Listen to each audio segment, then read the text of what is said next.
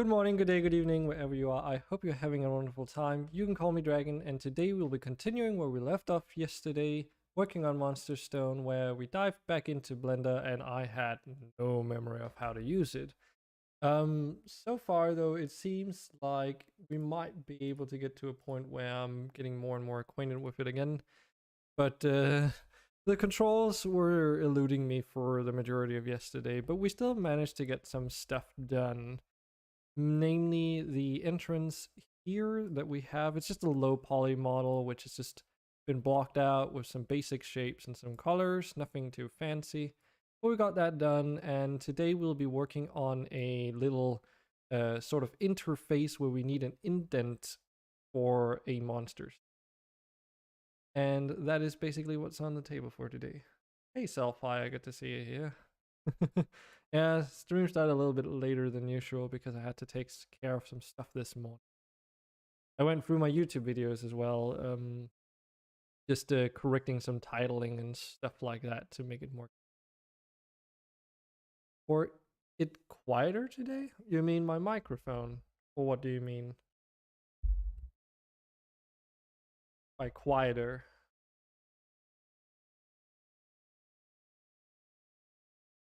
That would be kind of strange considering I haven't messed around with it. You might be right though that it is slightly quieter. I wonder why that would be though. Hmm. Yeah, that doesn't do anything. That is really strange. Yeah. I don't know. I haven't touched my microphone at all, so that would be a bit of a surprise to me. But let's see. Oh dear God. Which one is input devices? Oh, don't tell me it's using my webcam. Unless that's just like one of them. That's a game capture device.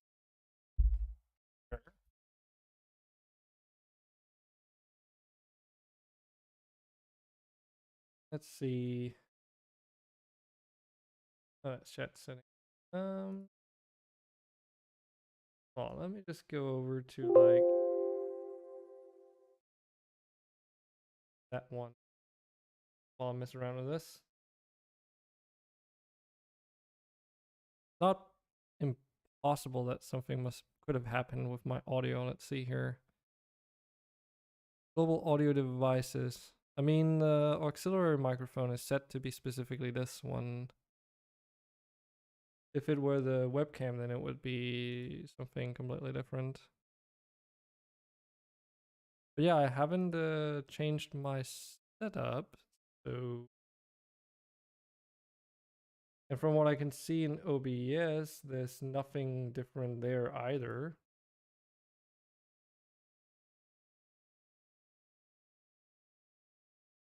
I don't know.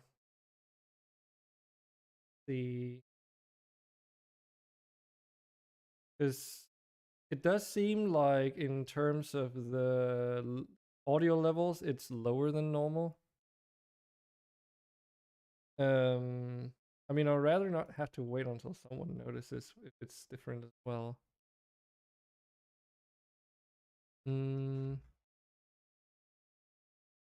Just give me a chance to at least look through this, because it's not impossible that something weird's going on. But not sure what I would do about it though.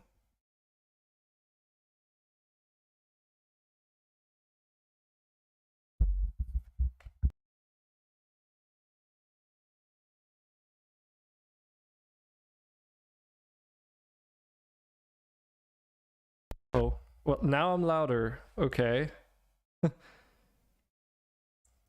Interesting.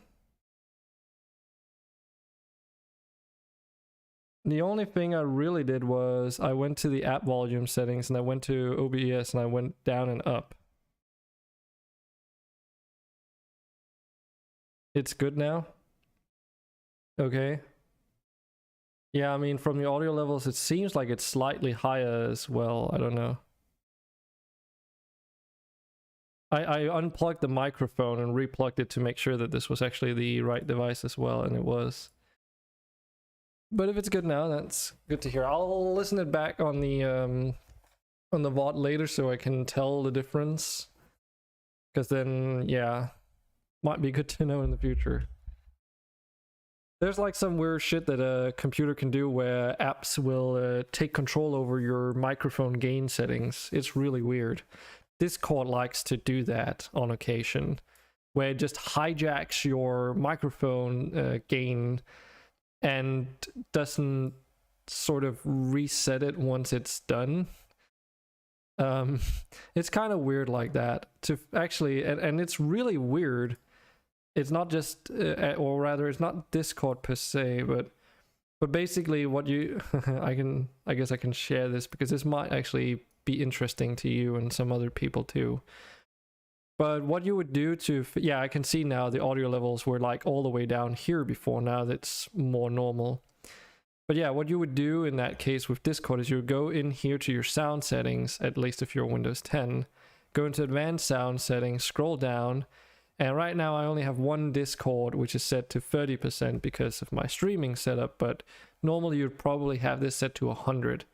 If you're in a call, there's going to be two separate Discord volume settings. One of them is your microphone. And if you encounter someone else saying you're really quiet, what you can do is that it might say like 100 in here. But then what you do is that you just like go take it down and take it back up again to 100, and then it corrects itself. Essentially, it just needs to detect some kind of change in your microphone settings for Discord to readjust itself. Like, it's almost an update function that it waits for an event, which is that the volume settings change before they get applied. That's kind of what I feel like. So even if it says 100% in here, it might not actually be 100%. So no matter what else you do, you would not be able to get it up to where it's supposed to be unless you like just like basically change it to anything else than 100 and then back to 100. It's weird, and it's not an uncommon problem either. I've had it, friends of mine have had it, and it sort of just happens on occasion because an application will take control over your microphone settings but then forget to revert them back to what they were supposed to be. And Discord doesn't care about that. So although it's set to 100, it's like, you know, it was set to 100, but then something changed it to like say 30 or 50 or whatever, and then it never got set back to 100 for Discord. So like in functionality, it's weird. But yeah, that's basically it. So today we're going to be working on that interface that's going to be here, is what I was kind of thinking. Because we finished this thing up as far as I cared to go for it. Because, you know, it's just supposed to be like a set piece that has to be there for now, but not necessarily be super pretty and detailed. Oh right, we're in prefabs. I forgot. So let's make another one. No. I won't be making the big tree anytime soon. Again, that's an early access thing. You really like your big tree, huh?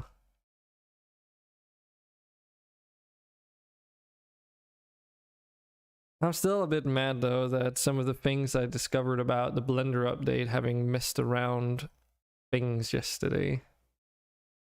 Like the fact that all the fucking texture settings have to be gone through for every single material in my Blender scenes, otherwise they just appear like, you know, basically white objects.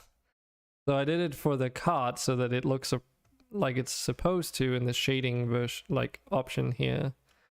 But ever since Blender got up, I updated Blender, it seems like they changed how materials work, And as a result, every single material it used to have like settings set up for all the different textures. Like the texture references is still there, but the materials would for every single object, for all of these materials here, would have to be reconfigured in terms of the texture, right?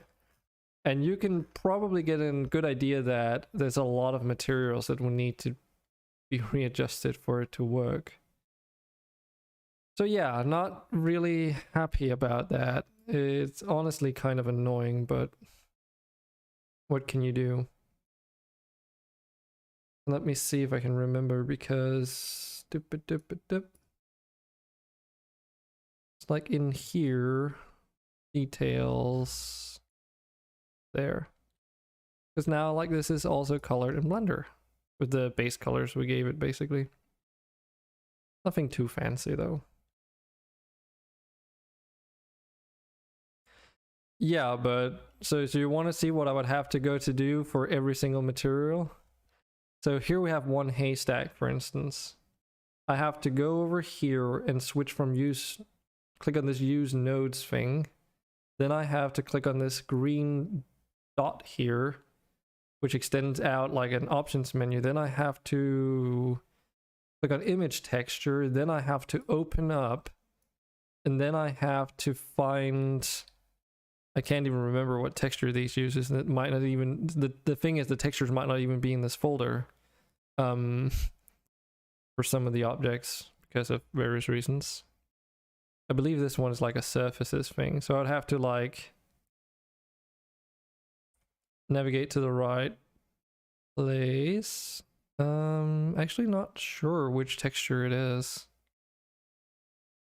because it's part of the same textures that they use for the houses. Crap,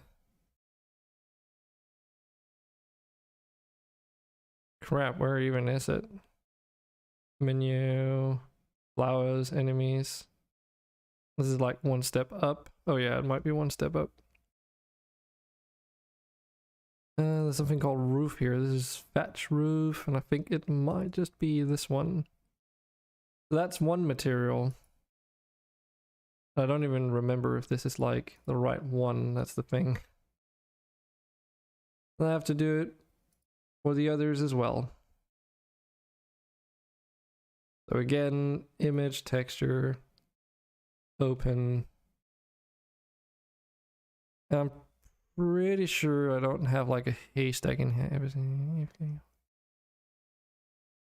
Yeah, there's nothing in there. But yeah, this is and this is just one master file. I have to do this for every single one that I have. Basically refine all the textures for them to look good.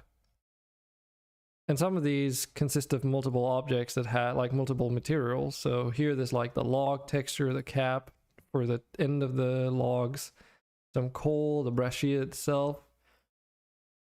So given how long it took me just to do 2 things, imagine I have to do that like several hundred times over for all my documents. That's gonna take a long ass time, and there's no point in doing that unless I actually need to see them in Blender. The benefit, of course, as I mentioned yesterday, of having it like this is that I can see all the color space in, you know, one collected scene. I can get the scale of objects compared to each other to say like, this is the scale of a card, and I'm like, okay, does it fit with like the entrance size of this? Or is it too large or too small, too narrow? Hire trainee. Oh, you mean an intern? I don't know. I don't think I would want to feel comfortable setting an intern to do that, because they could probably do more harm than good. But you know, it's just what I have to live with. It's not like the end of the world.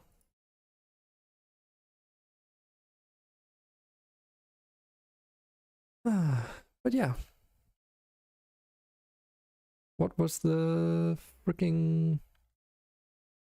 It's not that. I need to create a, well, I guess object here. Add. Lane. What, they're not helpful? I mean, the issue is, as I just pointed out, like some things are not as straightforward. So they don't know which textures belong to which objects. So, I mean, if they start asking questions repeatedly on, oh, so I can't find the thing for this or that, then I might as well just do it myself, because it would take the same, it would probably be faster for me to just do it at that point. So really not optimal at all.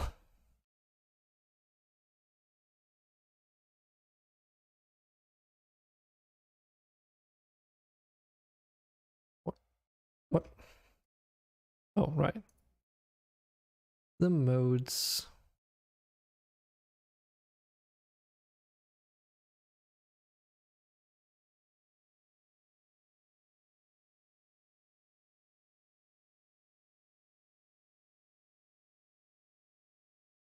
So what are you up to today? I gather from what you were saying, you have a little bit of 7 days burnout at this point. Is that right?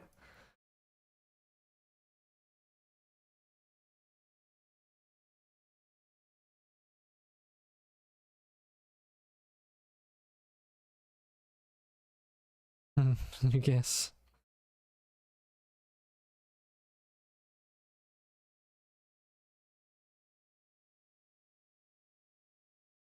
You was thinking of playing right now. Okay.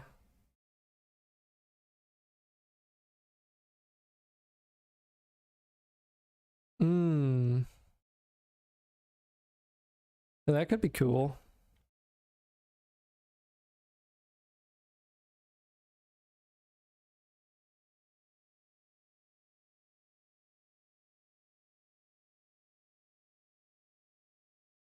Optimizes your ability to bonk them.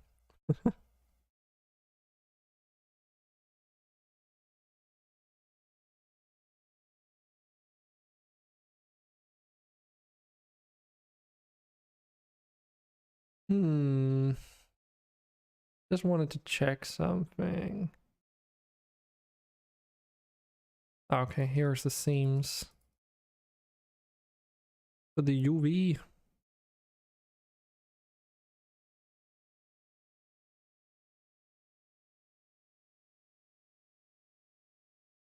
It looks like that thing you got there. You mean this is like a weapon rack.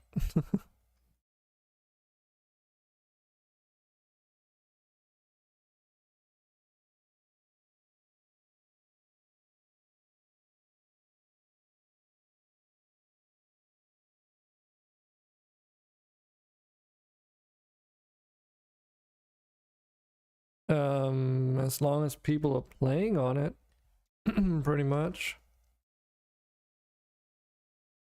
I mean, that's the general idea. It is a community server. So unless we all collectively decide to like switch to another game, I don't think there's any risk of like it going down anytime soon.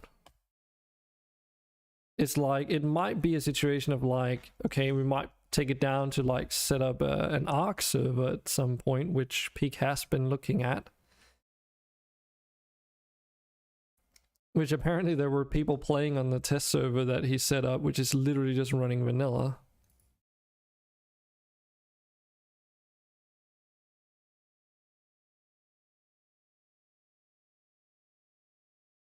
But I mean, we've got an Starbound server running, which has been running for, well, at this point, basically a year, I think.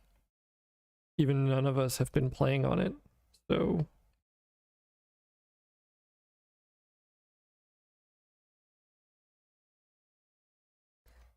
It wouldn't be the first time I've streamed Ark, so why not? Yeah. It was it's going to... We're trying to see if we can get it up and running and it's stable enough to run a few basic mods on there, like architecture-based ones and quality of life stuff. Which also, some of them actually improve performance in some way. But I know that Ammo wants to play the new Ark map because it's Viking themed, and I'm kind of in the same boat. Toto got Arc recently because it was, you know, free. Everyone could just go and grab it for free. So yeah. Suffice to say, there's like options on what we can do with it.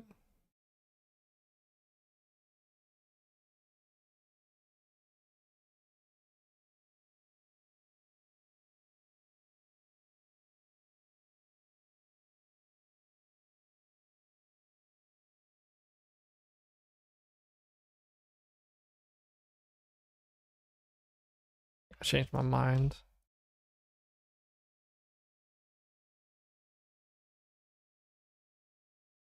Would it be easier to... Oh, fuck.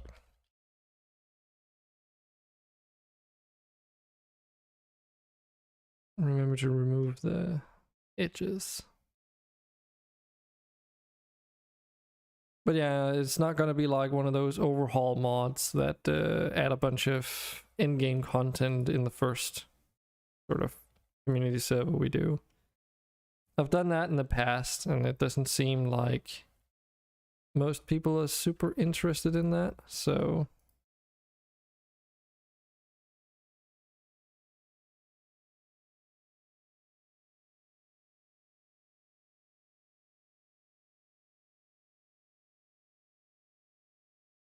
Subdivide that twice.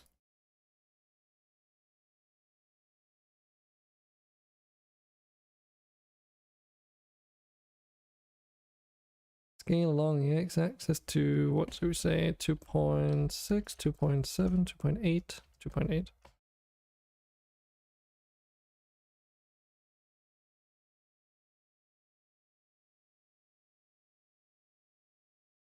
That chat box is always in your way. Yeah, it's like I know, it's unfortunate, but it's like also like debating with myself if I want to have... Well, the thing is I kind of need it, because if I have things on both monitors, you know, I don't see this chat overlay over here. I couldn't theory have this chat menu always be on the right hand side monitor where that chat is. That would work. And then I would have to always have the, when I'm on primary monitor, I guess I could have the chat overlay that I normally do. Because I feel that it's a bit weird if there's not a way to see what was going on in chat during a stream. But you're right, yeah, it's not super optimal. But, you know, gotta make do with what you have. Like, truly optimal would probably even be to just like have chat on a completely third device all on its own and then just use the overlays, but that means I have to keep an eye on a completely separate screen specifically just for the chat. So whether that would be a good idea on its own as well is debatable.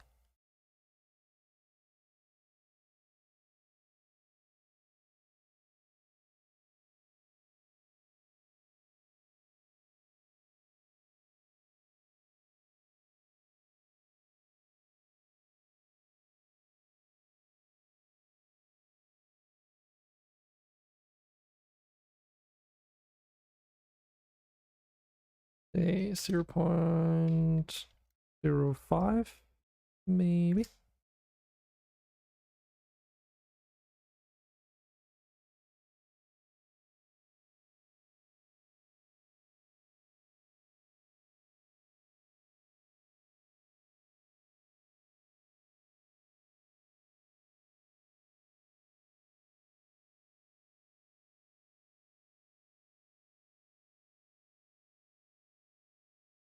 I'm using these objects as like a reference point for this pedestal that we're making.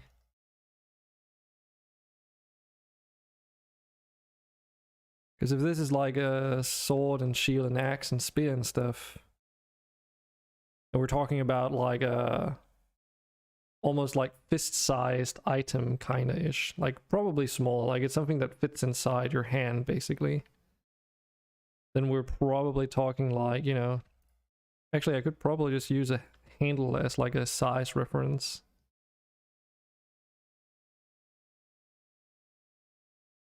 For the indent thing.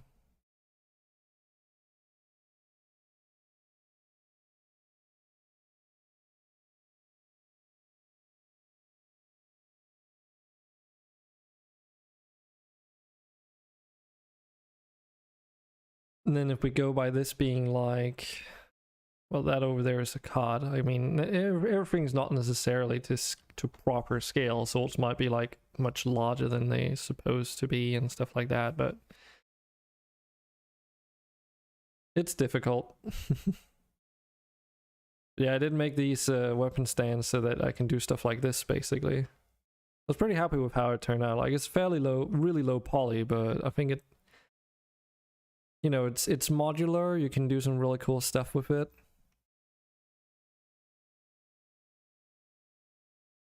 So yeah, haven't made any bows yet, but these are also just clutter props in the first place, so.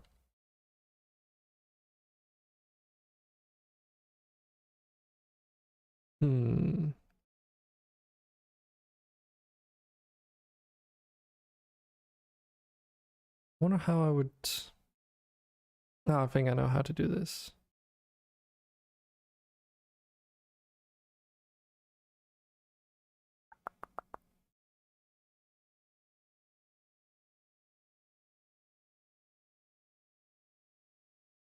Probably needs to be a little lower, actually.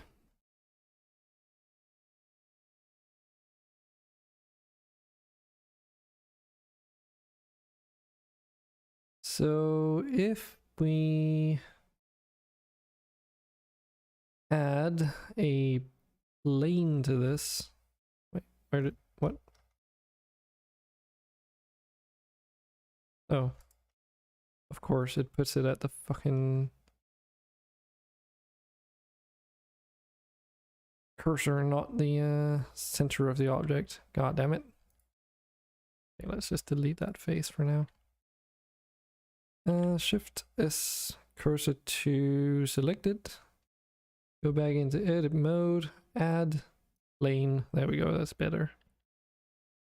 Because then I should be able to just take that plane up here and rotate it along the x-axis. And how many degrees do we want to do? Let's say 15? 15 looks good. If you take it by like 15 degrees at like a relatively reasonable height, something like that. Actually, it probably needs to be a bit lower.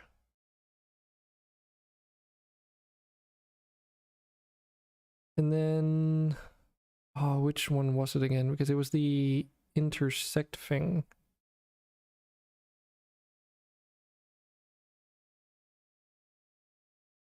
Oh, what was that called again?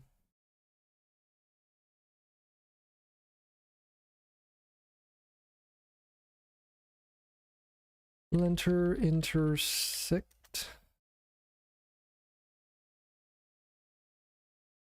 Face intersect knife. There we go.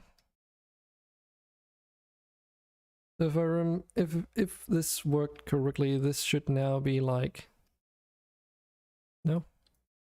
Or maybe it's because I didn't have the edge faces selected. Let's try that again.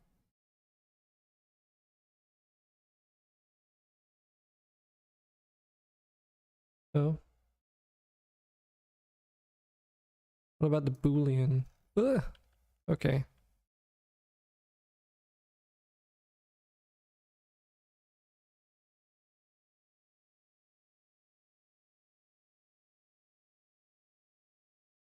Self-intersect selected faces. I think that's what I wanted. Yeah, this is what I wanted. There we go. So we basically use this plane in order to like make a angled cut on this geometry, so that I can have like a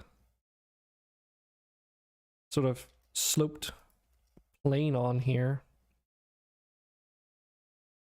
And don't want these faces because they'll be weird, so we'll only delete the faces on that, which should leave us with a square wire around this, which we do want to retain because these need to be aligned with everything here. I mean, you can extrude this as well, like say, actually that might even be easier, I don't know. Because if I extrude this now, then it becomes like a plate like this, except there's like some weird shit going on. Hold on. Okay, we need to do a bit of cleanup here. There were some extra vertices added that we're not interested in. But we can just press delete and then say dissolve vertices, right? No. Are they connected? Oh, they are. Unless there were multiple ones. Okay, there we go.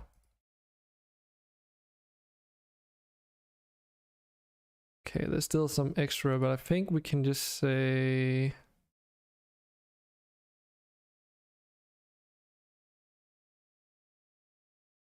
Ah, there's like this extra frame here from the plate that was probably generated. Delete those. Don't know if I want to keep this edge though. We'll see. Now if we scale out this extrusion here, we have like a rounded plate even. Say 1.6 or something maybe. And then I can take this, and then actually what we want to do is switch this to normal mode. Because I just need to get this right.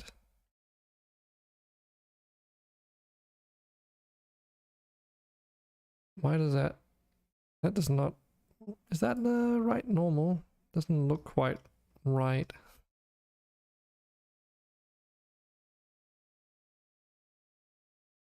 Try this again. 1.5 or whatever. Might be because I have to do like an extrusion of this. I want it to be like in the direction of the angle itself. Yeah, now if I do it, then it's like the z-axis normal of that plane. It's a little bit difficult when you're doing it with just edges. It doesn't always work because of how normals function. So 0.02 in the opposite direction.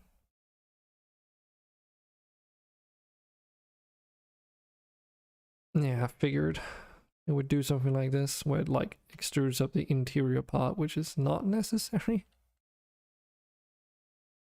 But I should be able to just delete this and then reconnect the appropriate edges. I could probably just select this and then Control E, I think, and then do the bridge edge loops.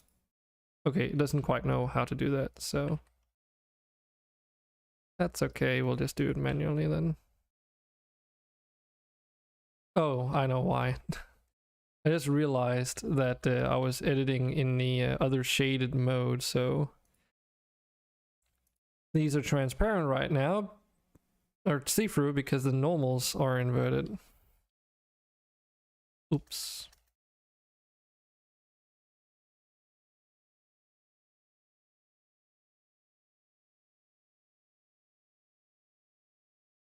Flip normals, there we go. Okay, now I might be able to do it though.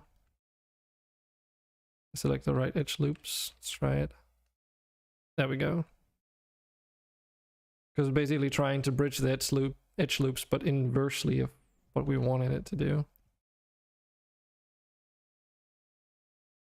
And we can also switch this over to a matte cap. That's a little bit easier to work with on the model.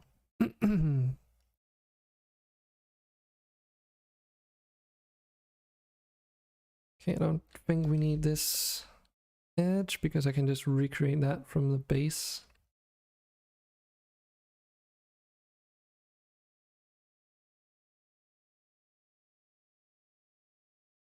So let's add some subdivisions to this. These I'd imagine I would also be able to like... No, maybe not. Maybe if I select the actual faces, will it let me? Nope. It does not know how to like scale the thing along the normals.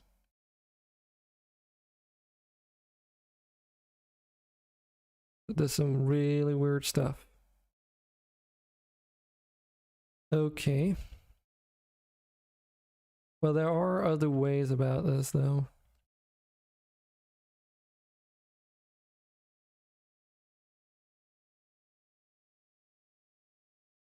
Just add more edge loops if we want it to be a bit more tight. Because I want to use this for like a edge bevel. There's probably other ways to do this, but this is just how I do it. Solve edges. Because then we should just be able to scale this inward, because this is just like a flat surface essentially. 0.98 or something. Do the same for the bottom, 0.98.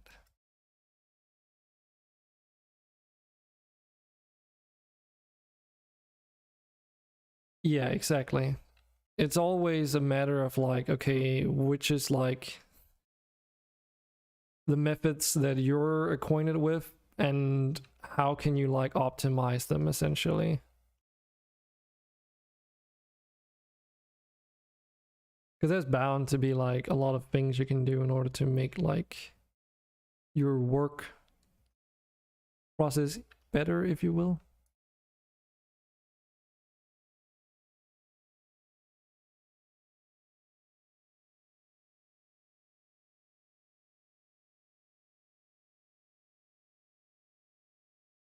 True. In some instances though, there are definitely wait, what? Oh. 0.02. Wait, how much did I move that one? Sometimes there are definitely like do's and don'ts though. It was 0.02. Good.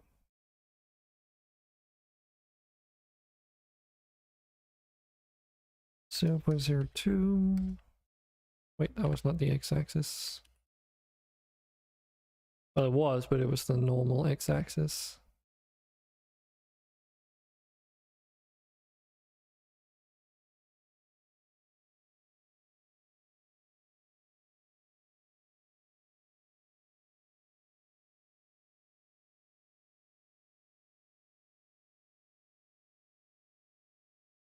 I'm wondering if we should move this inwards. Becomes like a terminal like that, basically. 0.04. There we go.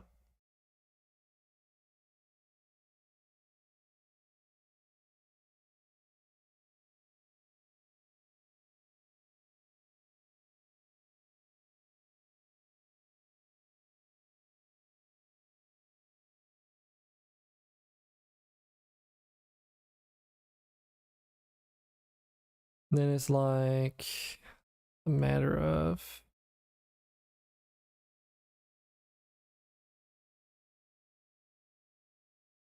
getting like a size comparison, I suppose. Because it's also like it has to be visible from a distance, the shape, this indent is the idea. Because otherwise it's just like a random console, I suppose. And it doesn't look super fancy, but you know, it works.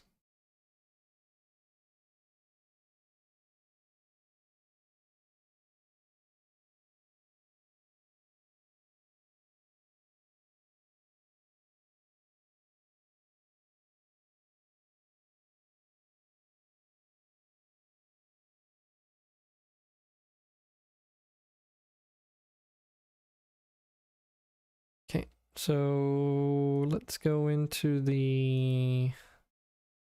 Actually open this in Explorer because it's probably going to be a bit more useful that way.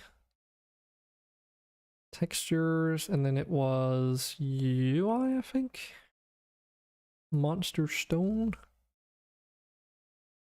Just take the 4K res version of it.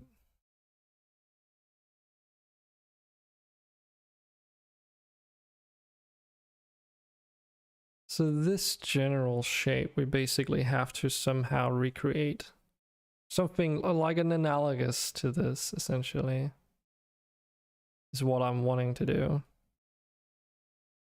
I'll be popping this on my secondary monitor, the reference image, if I can allow it to scale it down a bit.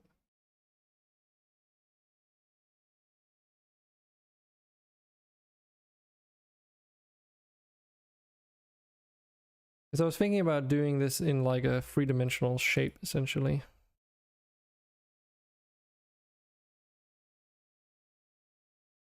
So what would be a good way of going about that?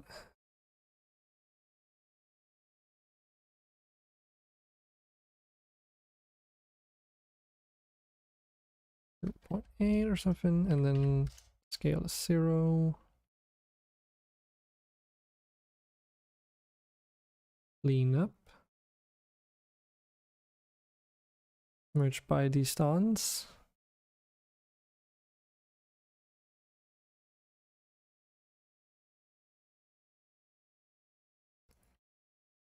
If I take this now and I say E for separation,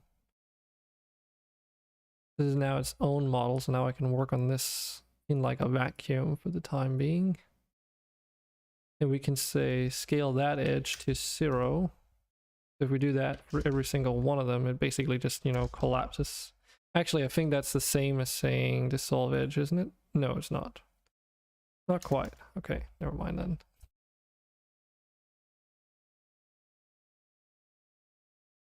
And we can say merge by distance again. So now I have basically, if I solve these edges, which I'd imagine I'd be able to. Okay, never mind. Okay. Fine. Delete edges. Now we have a plane to work with. Not necessarily what's going to be necessary, but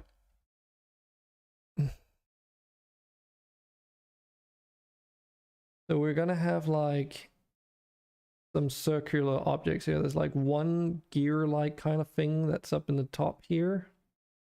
Then there's those 6 ones, and then there's this kind of odd shape, really.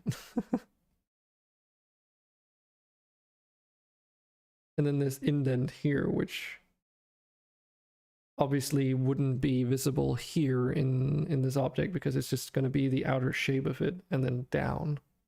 Unless you were supposed to like put it face up downwards.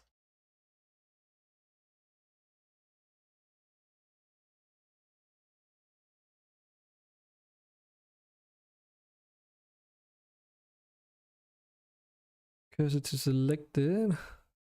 Because then if we say add circle, it's going to be massive, but we'll just scale it down. Because we're working on such a small scale, then 8 should probably do the trick.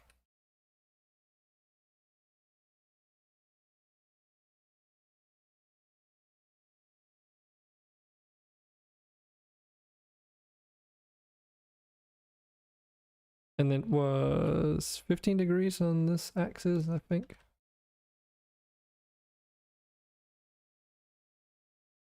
We can also move this away for now.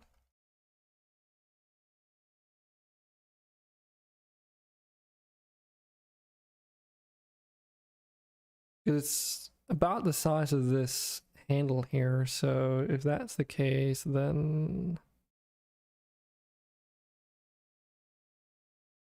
something around the size of this, I would say. Let's see how that works out.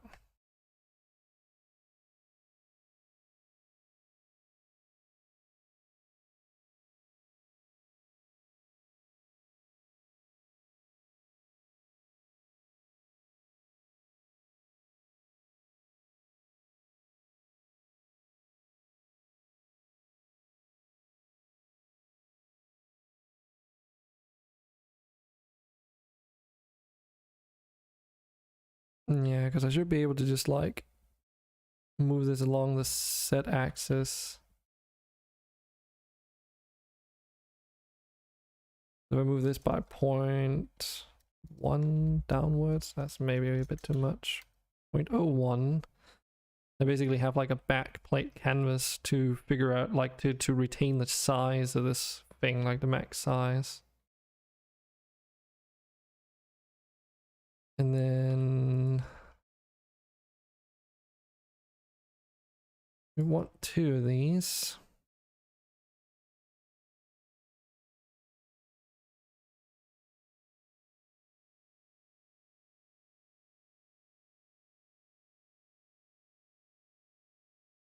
The sword is just for scale.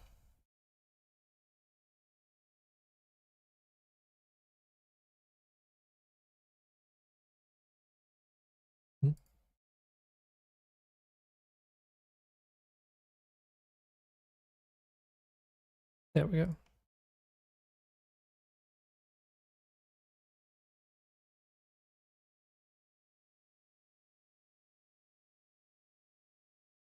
Point 0.025.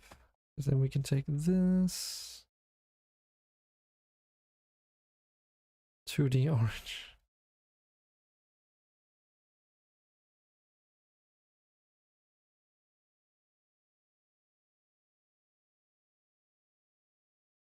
Open 0.025 in the opposite direction.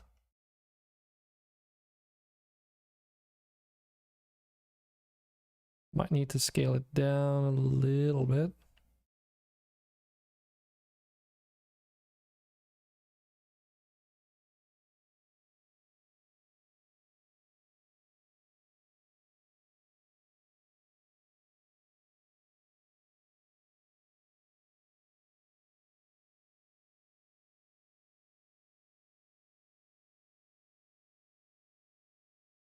Yeah, 1.0.5 in the opposite direction. Could just mirror it, but it has eyes now. Duplicate that.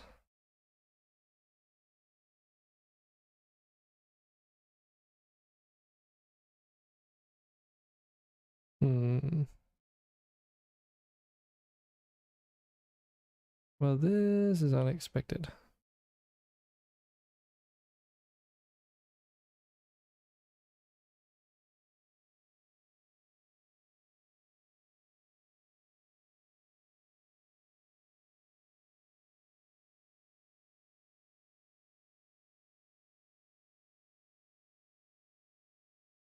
Yeah, the normals aren't really helping me here.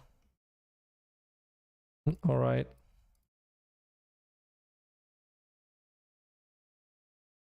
Oh, I can actually use this plate to help me move this. Nice.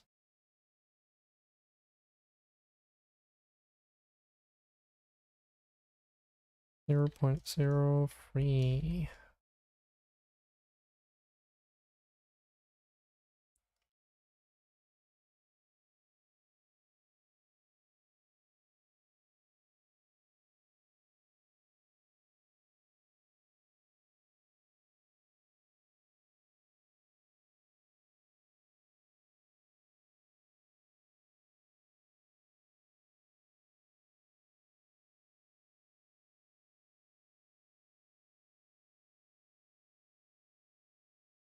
Zero 0.01 maybe?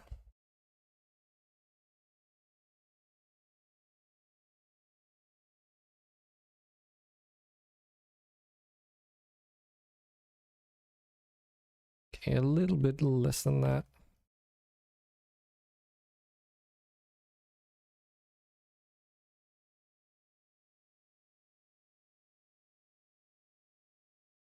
There we go. That's like those 6 circular shapes, like an estimate of it.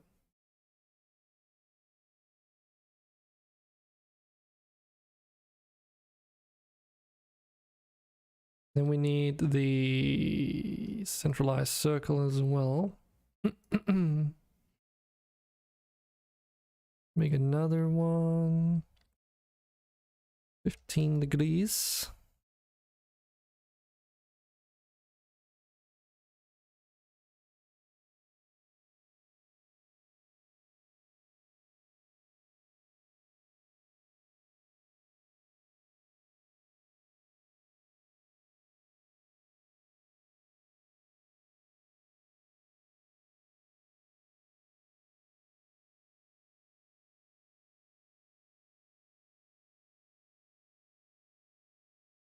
Just move it up there for now.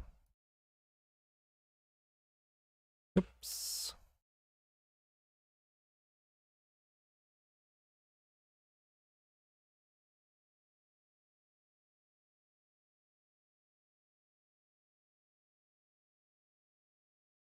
Has to be about like that sort of shape.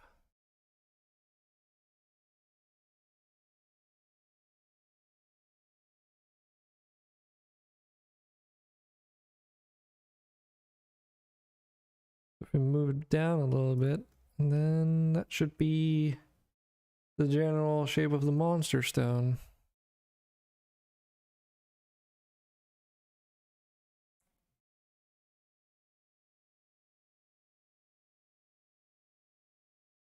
Well, at least the outer parts of it. Then we just need these. This acid was never finalized anyway. Like conceptually, it works, but yeah. I don't really like this part of the shape here.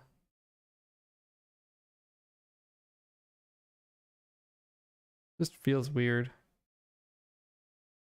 Like this part of the object feels very, very fragile. Will there be places to put items in to unlock the door? So it's part of the plot that I have planned for a potential story campaign for the game. And it's sort of like, you know, some parts of what the plot could be is in the demo.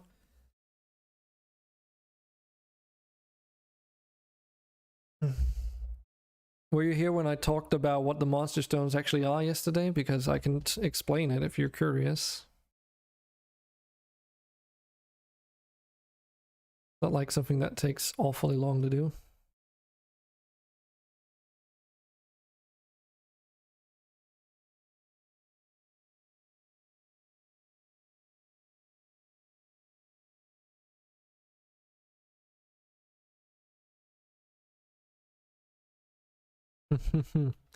Well, then pay attention, all right? So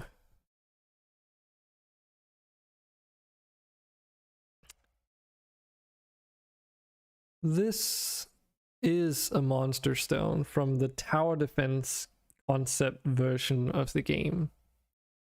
The idea is very similar to Gemcraft, which also has these stones on the left side that represent each wave. But we wanted to do something similar to that, but you know, in our own way and style. So this is a monster stone. It's basically a representation of, well, in that concept, the enemy waves that spawn. And it's made out of different parts. So there's the stone itself, which indicates a new wave, of course. But there's also the other components to this. So each and every one of these 6 circles here is like a modifier. So think like you would be able to have a mob wave which has an energy shield ability, or armor, or some kind of haste buff, or whatever you can think of, basically. These are just conceptually, of course. On top of that, the stone also has this element here, which is like goes into this part of the stone, and that denotes what kind of enemies the wave consists of.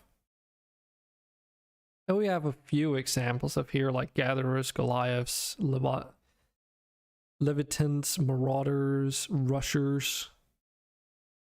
So they're supposed to like indicate, okay, Rushers are like a lot of small, fast units, for instance. We also have this little indent in the bottom here, and that is basically an equivalent of an elemental type, which we had conceptually in the game as well. And that's one of these icons in this example that I was working on back then. Prima, Magu, and Techni.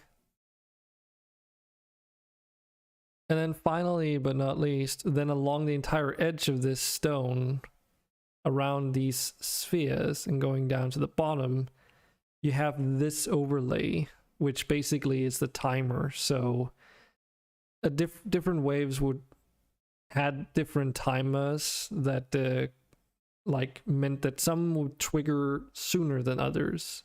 So you basically had this glowing field that would gradually diminish as it reached the bottom, and then the stone falls and it triggers the wave. So that's basically what the monster stones were originally intended to be for. Sort of like some kind of ancient MacGuffin or whatever in this game's case that has magical powers or something like that. And then the building that you basically have to protect in the tower defense version of the game is like a laboratory, or like a, what do you even call it, like a conduit that keeps bad stuff away, but it also manifests these stones that sort of in their own way create these monsters as a byproduct, which then invade your world and come to basically murder you, in the lack of a better explanation. So that's basically the idea. I mean, the concept for the tower defense was to have you progress from area to area, gradually reclaiming the world from being consumed by some malign power from another dimension, which would take the shape of this black fog that would eventually engulf everything. And every time you would like beat a level, the idea was, okay, there would be another conduit in the next level where you would be able to you know, basically duke it out and then reclaim more territory to go to the next level and so forth. So yeah. In this game though, the Monster Stone, because the game has a subtext Prelude, it was kind of thought of, okay, well, since I can't make the tower defense now, how about we just make it super meta and say like, okay, let's call this the Prelude, and then it's also, if we end up making a story for this, make it a well, prequel story to a potential tower defense, if that ever ends up becoming a thing, or like whatever game becomes the next thing. So in this situation, the Monster Stones are defunct in some senses, like they still have magical powers and are used as, and in this case used as like a MacGuffin item that the main character has, that, surprise surprise, makes him like basically a chosen one, because due to him having this special legendary artifact, he can get into places eventually, is the idea, that people that don't can't. So this is basically like an ancient artifact of a long forgotten technology, power, whatever you call it, like trans-dimensional magic and shit. So this facility that exists in this level was supposed to be like a you know, something related to that as well. Basically the research and so forth of this, well, mysterious powerful artifact and similar, because, you know, there's supposedly used to be much more than just, you know, a few artifact remains of these. They used to be quite common. So, but again, like, the story is not written, it's just like suggested where it could go in terms of direction. And for the demo, it's not supposed to be like, you know, oh, this is where, like, when the early access release, or rather when the game is finished, this is where the story is gonna go. Because I don't want to focus on the story to begin with. People seem more interested in the gameplay, so it makes no sense to put a lot of effort into a story. But for the demo at least, I want there to be a suggestion of what it could end out as, so that I can gauge if people have interest in it. And if there is enough interest, you know, then I'll make it, because that's kind of where the value in the game comes, you know, a developer making something that you like. I hope that explanation covers it. And explains it well enough, because that's kind of just what it is.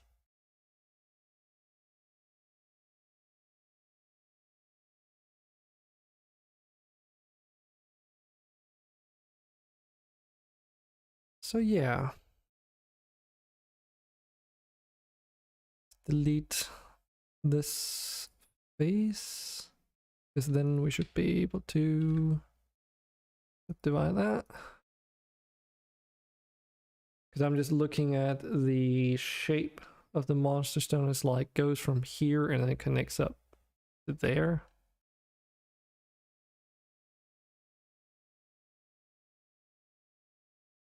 Kind of like a tech skill tree too. I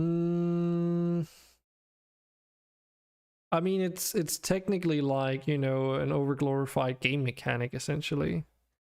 Not really a tech tree.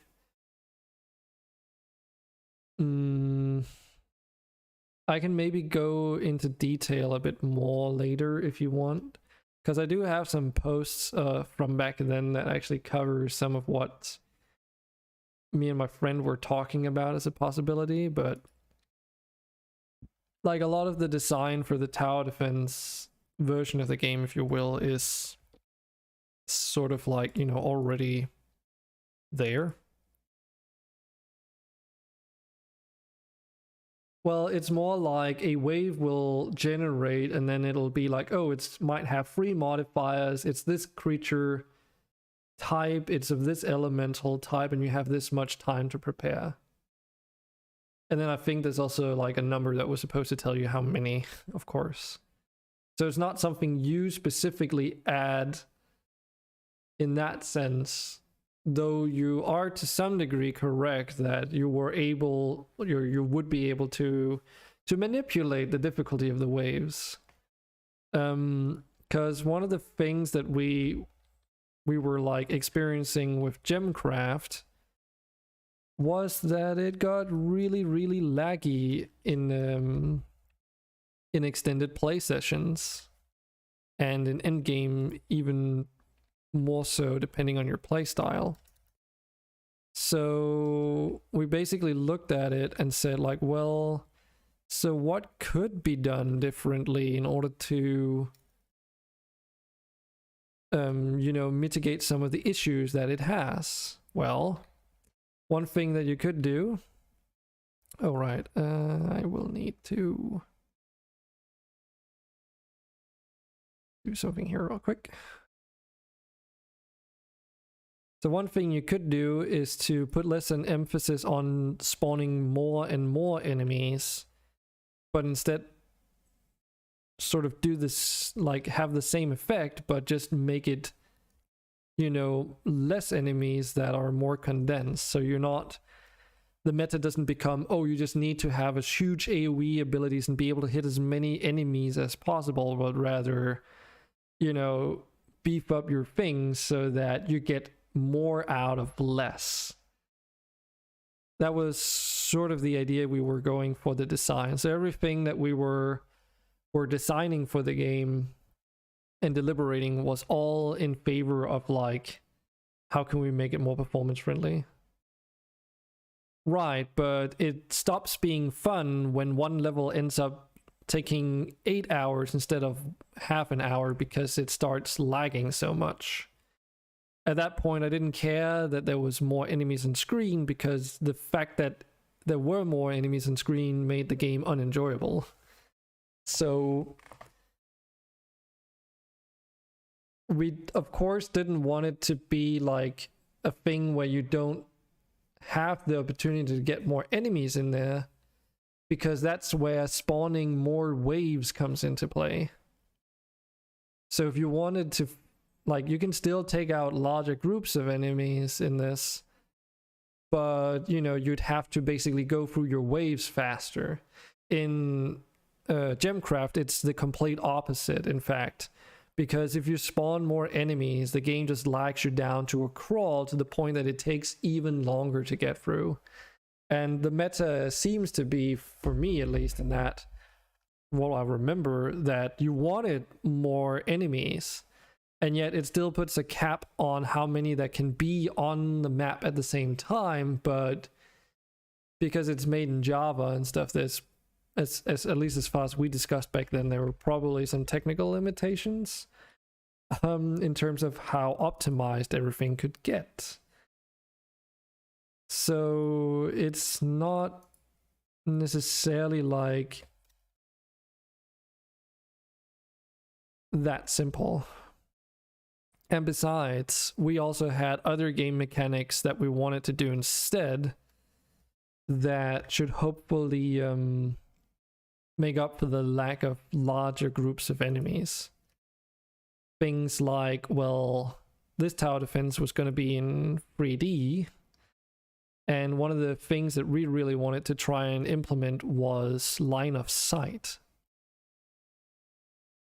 Meaning, if a tower doesn't have like a clear path for its projectiles to hit an enemy with, like if trees are blocking at rocks, terrain, whatever, you know, it basically won't be able to hit them. And that sort of dived into the tower design and how you upgrade your towers and improve their stats and everything.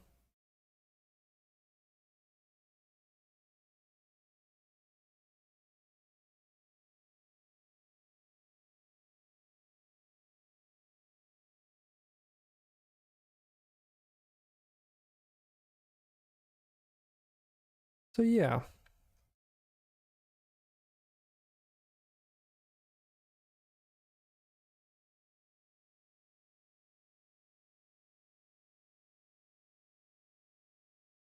And you know, we acknowledge that, of course, you know,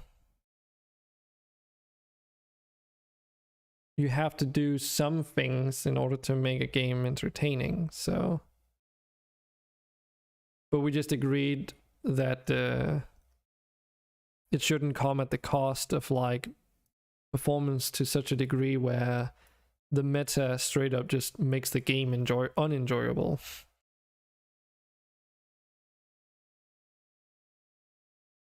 Because then at that point, what's the point?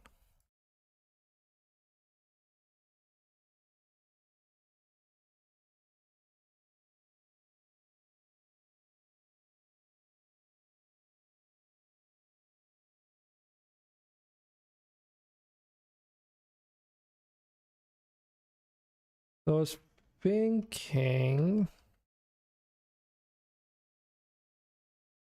see, how do we do this? I select these vertices and we do a Shift S and say cursor to selected. It should be somewhere around the middle there. So if I now take these edges,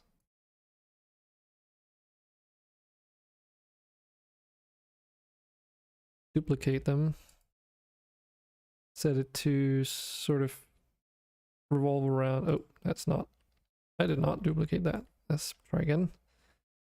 Okay, it's not good enough for what I need. Damn it.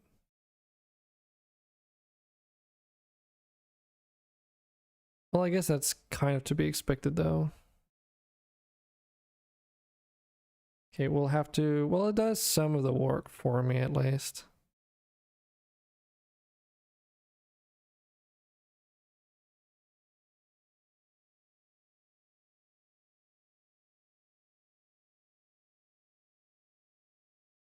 Because I'm like working on this indent here that we see.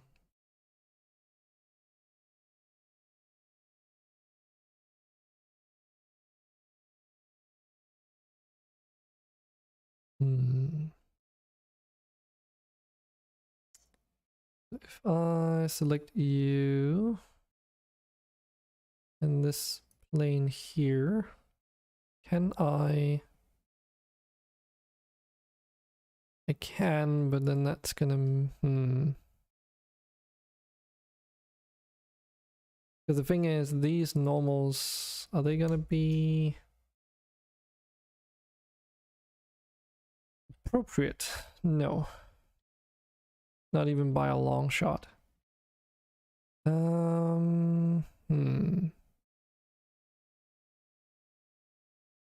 However, what if we did this? Sort of duplicate, separate. No, wait, actually, don't even separate that.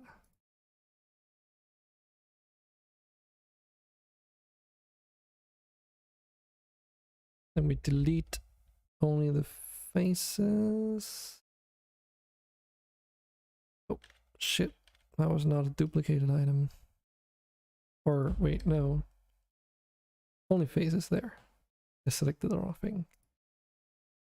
Delete the edge. So, because I want to move this edge in the normal of this lane here. Seems like I might be able to do that. I don't know. Not quite. What if I just do this then? No.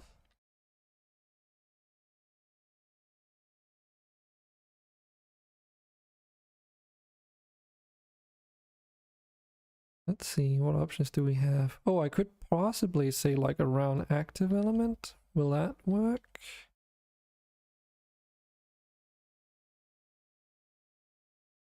That seems like it does the trick.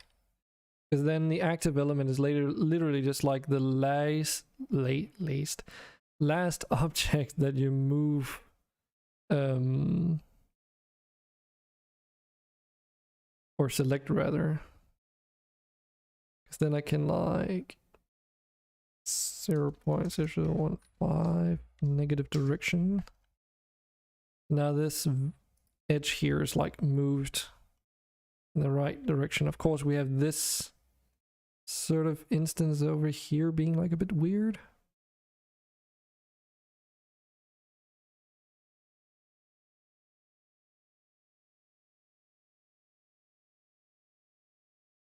I'll probably just flip it to the other side once I'm done. That seems to be a bit easier.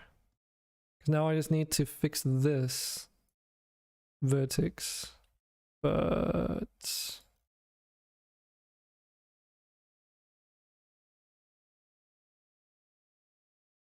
guess it would just be a matter of... Oh, right, I do need a full shape.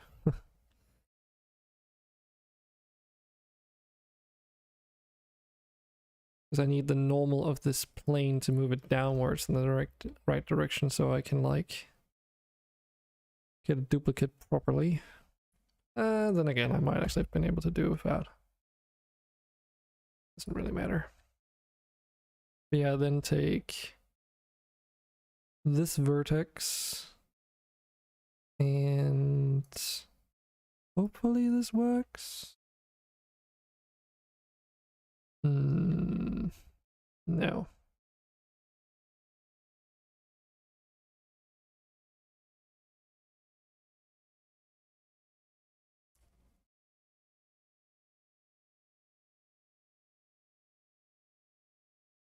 Well, I guess I could take this. This is really stupid, but...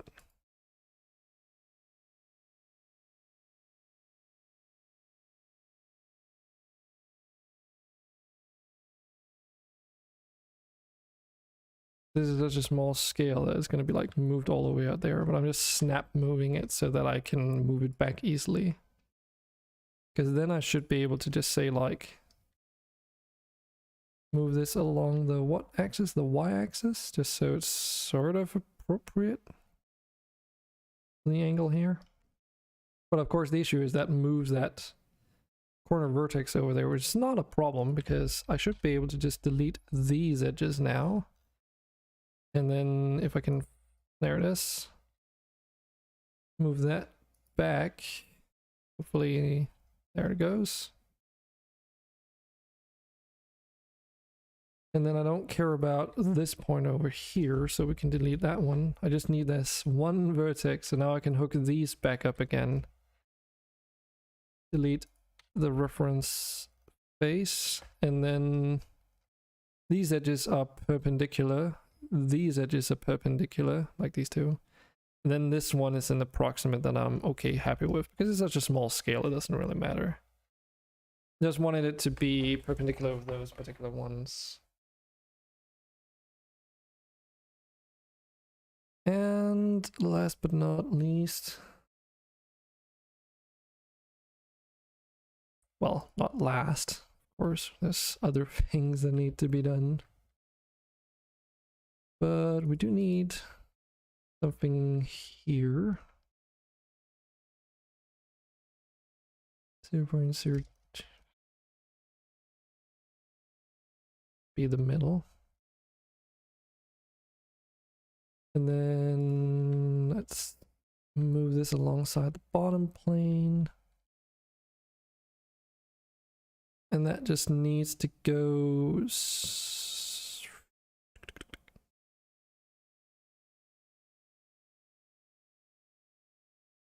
actually something like that. If we look at this, of course, you know, low poly and everything, so it doesn't have to be perfect.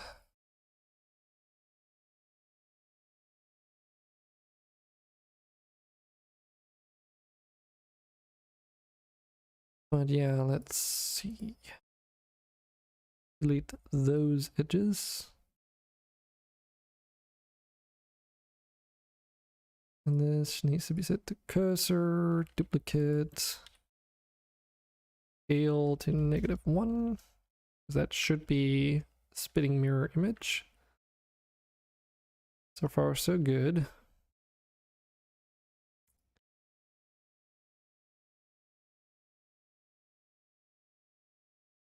And we should be able to just do a cleanup and say merge by distance without breaking anything. So that all that stuff gets reconnected.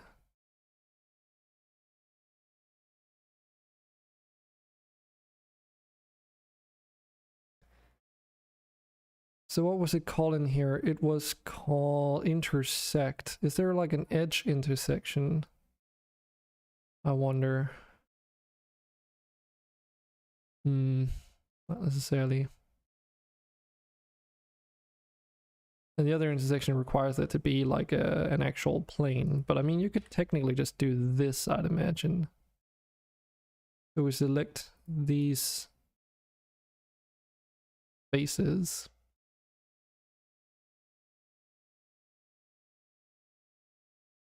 The wiring tool?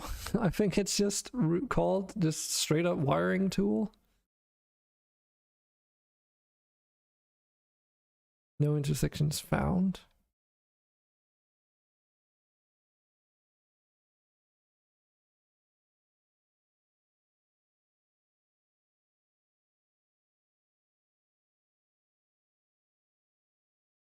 Yeah, I'm pretty sure it's just called the wiring tool.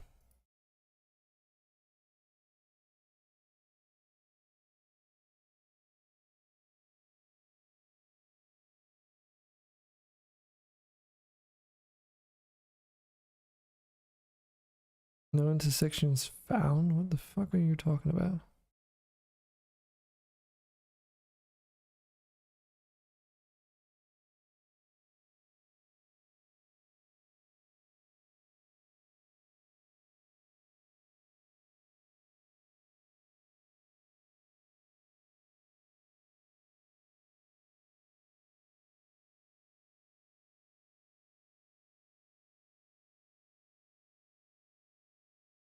Oh, I see.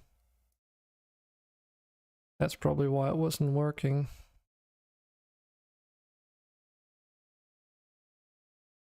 I can't see that because the plane underneath hides it. There we go. Probably don't need to do that up there anyway.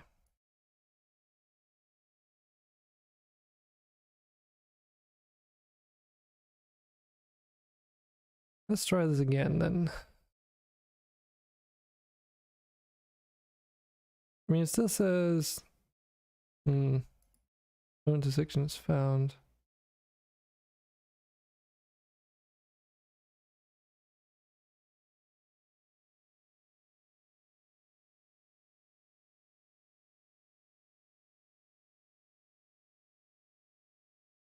Okay, we'll try it after all then.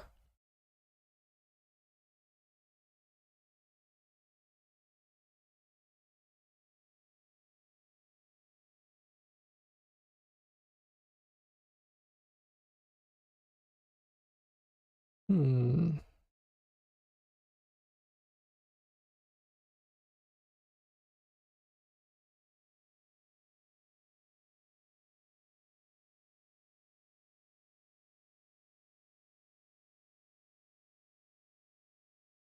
Yeah, and I can't really scale this because if I do, it moves that intersection point that I need. Oh, that's annoying. Or actually, I should be able to just do this. It doesn't have to be perfect either.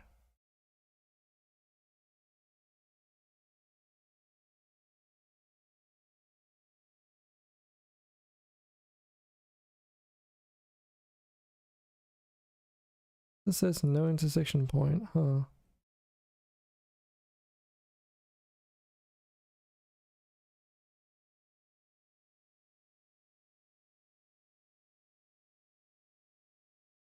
You lost the red... You lost my motorcycle?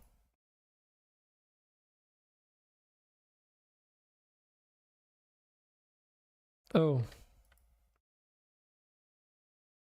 Okay. Not ideal.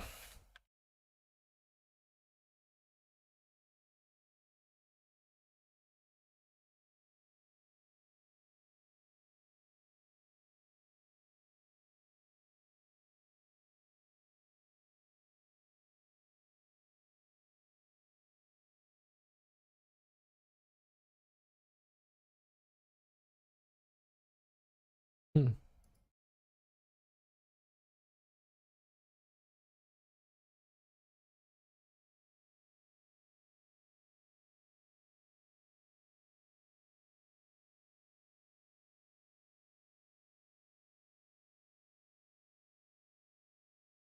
I don't think I'll be able to do that because I was not the last one who rode on it. Or picked it up, rather.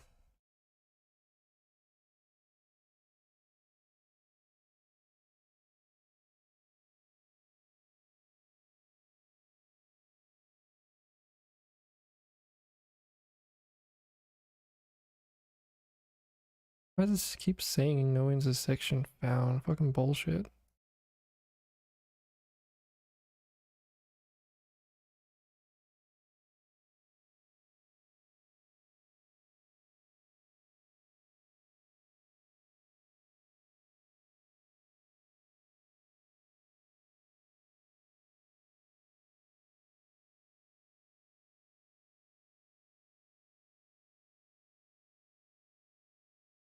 Why does this not work?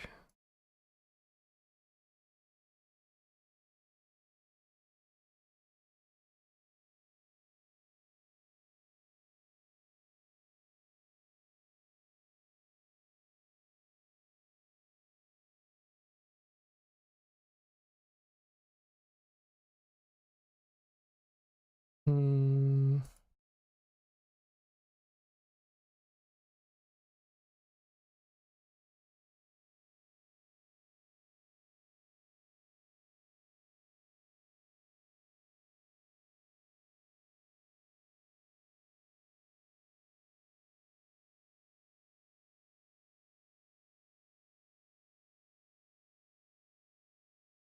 Unless I have to do it this way.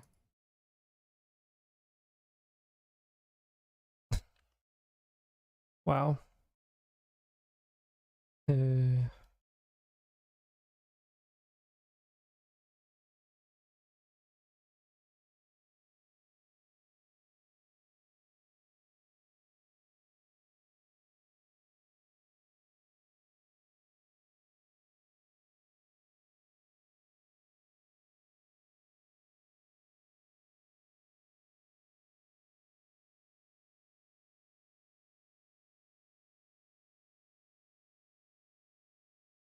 Like, what is this shit?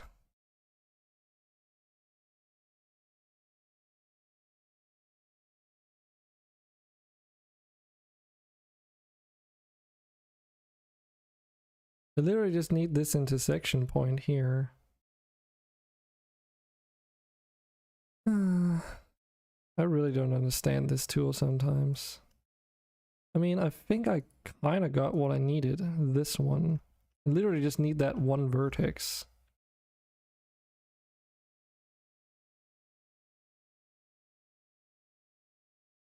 In this whole puzzle.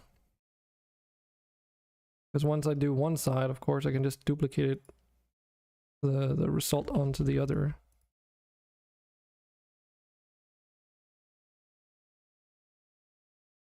Now I should be able to just... Because that was in line with this, right? Yeah.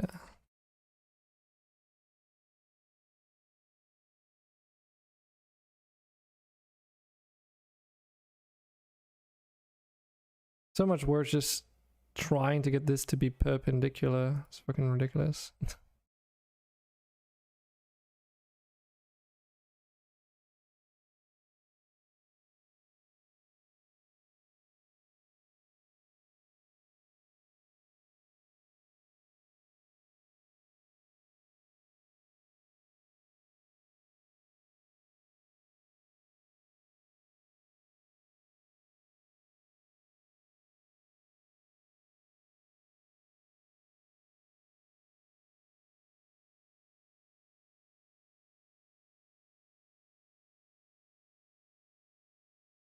Need those either.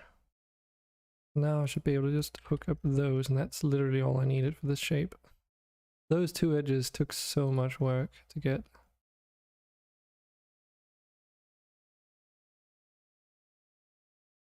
Now duplicate, scale on x, -1, and voila. I got that shape that I wanted here.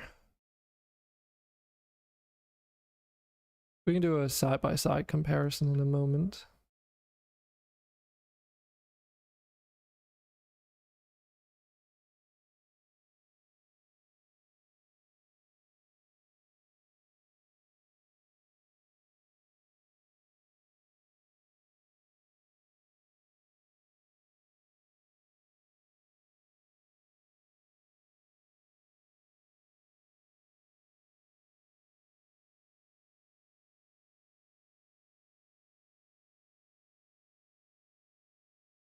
Clean up.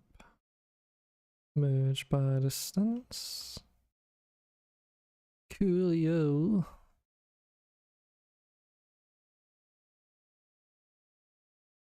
It's not quite accurate because it's supposed to have like... I mean, we have the spike here, I guess. But then that, technically that curve downwards here is supposed to be perpendicular with this line up here. Because it's the center of that sphere, and then there's another sphere here that has a center again, but it's like smaller going down. It's okay. I'm just trying to get as close to the original shape, if you will, as possible.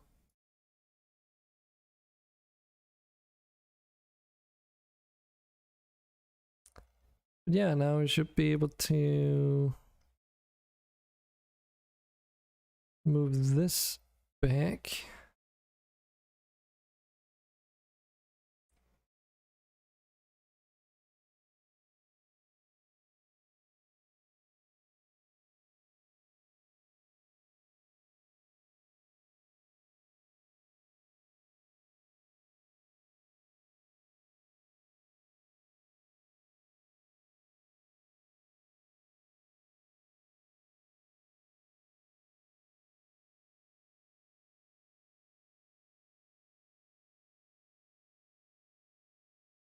Still not quite done, of course.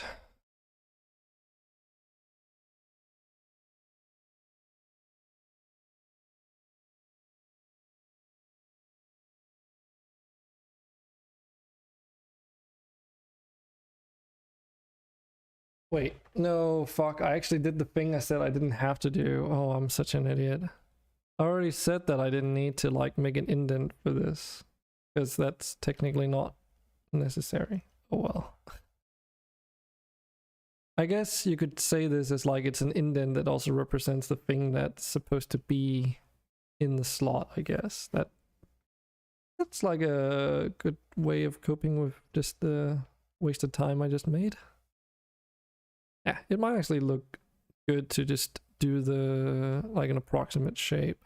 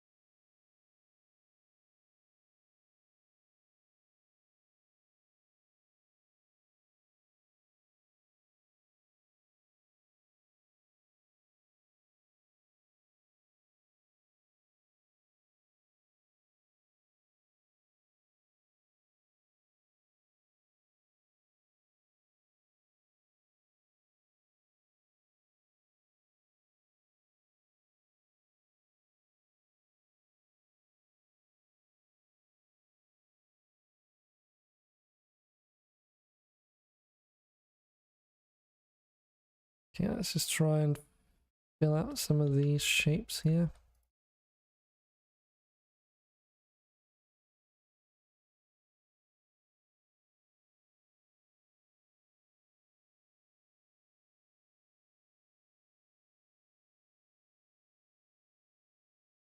In a somewhat sensible manner, preferably too.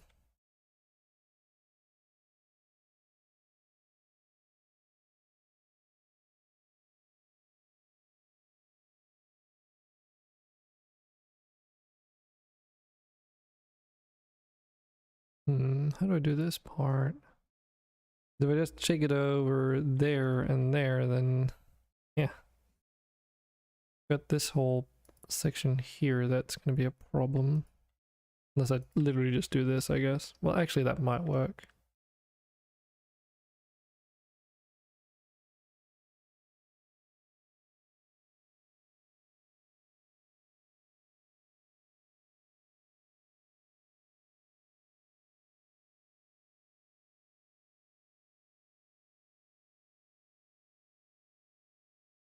I guess it kind of looks like a talisman shape or something like that, so that seems pretty appropriate actually.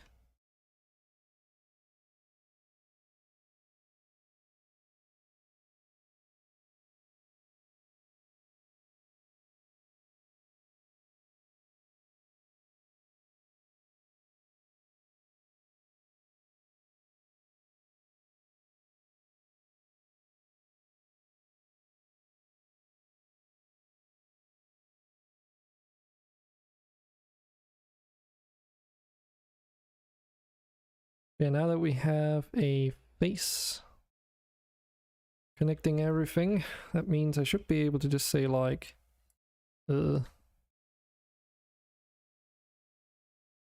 median. There we go.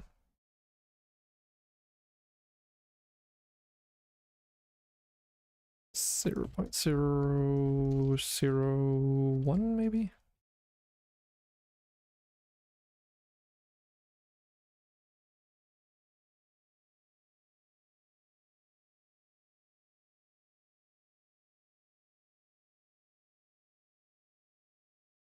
And I realized that these actually could also do like a little, god damn it. Oh, that's gonna be annoying. Can I just like delete vertices in the middle? Yes, I can.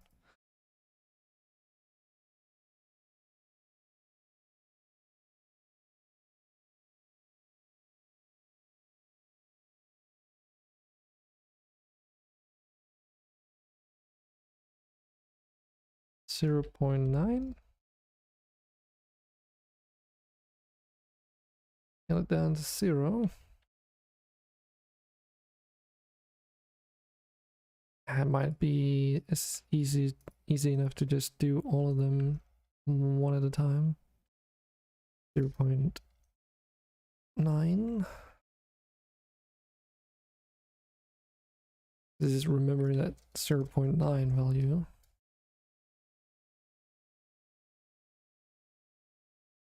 .9.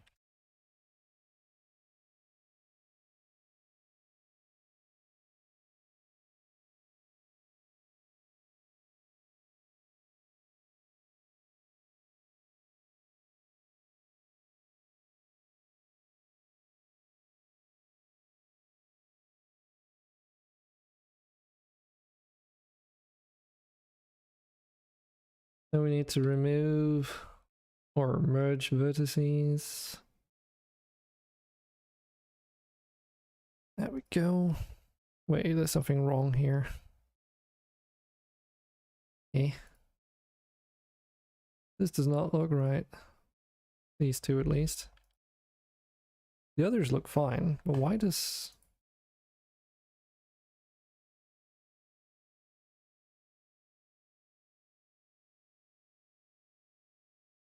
Why does it look like that gets offset for some reason?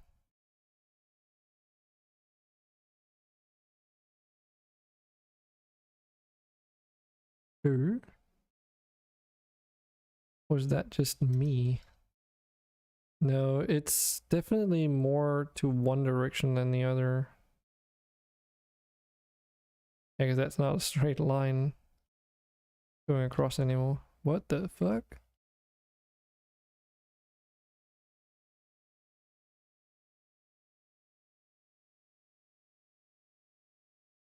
Yeah, well, I can use the bounding box center, it seems. That's the trick.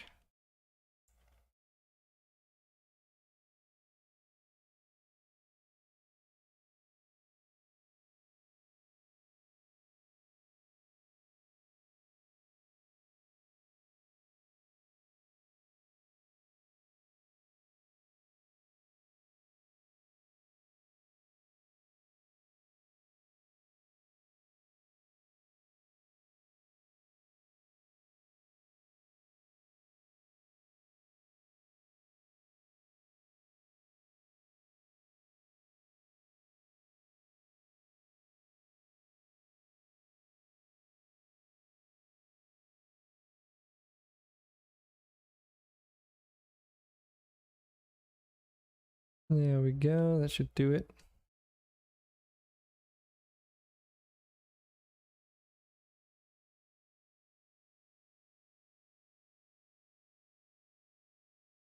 So now we should be able to take all of these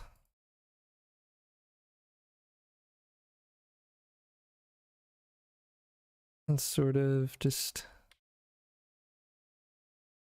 go to normal.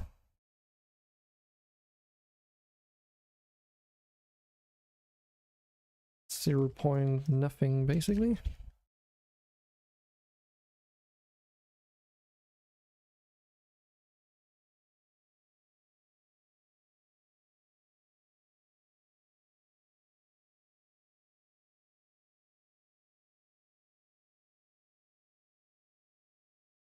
And then these edges should actually be raised.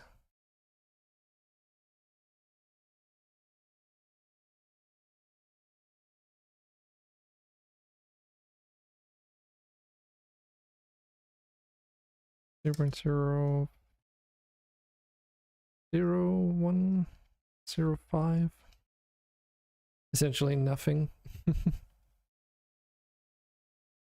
That is the general MonsterStone shape in 3D, I suppose. Almost. This also needs to be raised.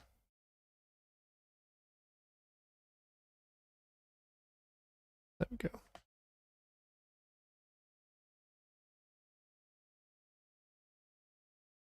We can try and spice it up. I don't know if that's something I need to do. All depends a bit. Because it's so small, it probably won't even matter. Yeah, now we should be able to just move that down again.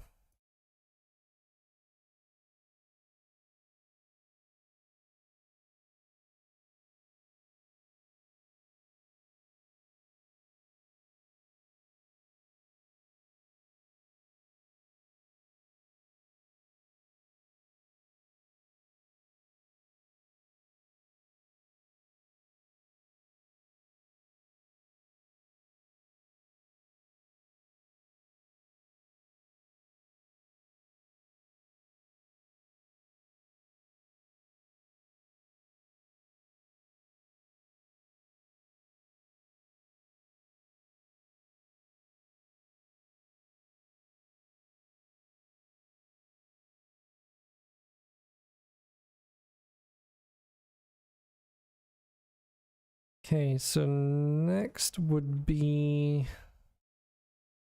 cleanup time, because this is going to be like an indented thing.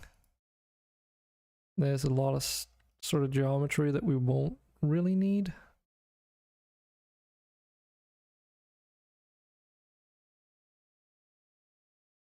Okay, I'll have to think about this.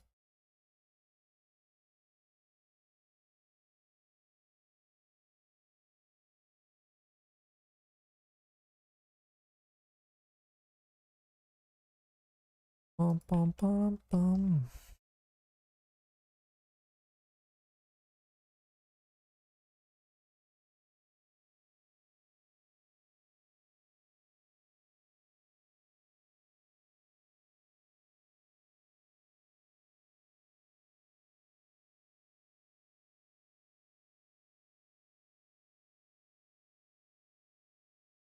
Hashtag deleted.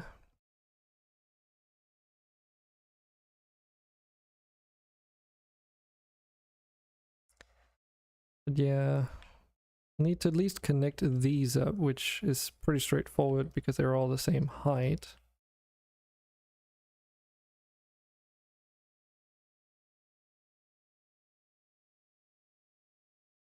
He says, and then it's like, oh right, what about this part? Okay, I'll think about that in a moment. No, actually, just do it. So, screwed that up, I guess, by 0.0005. And then just delete the excess.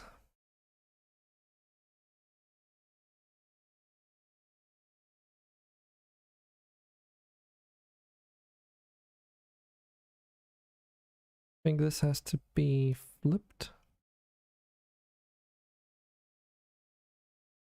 Reconnect that. Down there.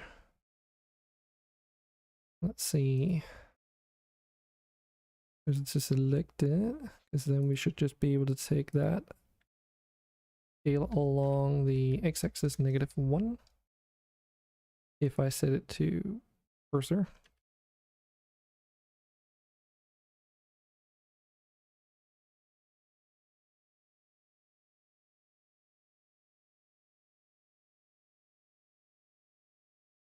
And let's also flip that normal. Clean it all up. Then there's this part. So I did extrude this up, but it's like twice as tall as the others. Oh right, but we can just...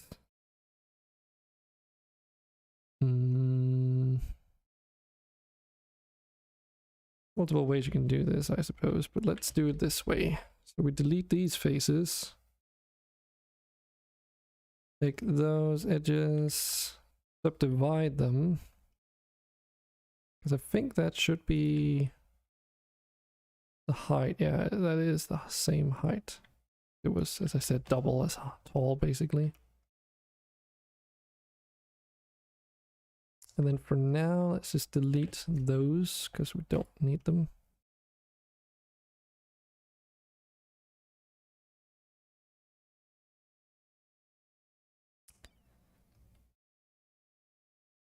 So is this as an actual edge loop all the way around? It is. Nice.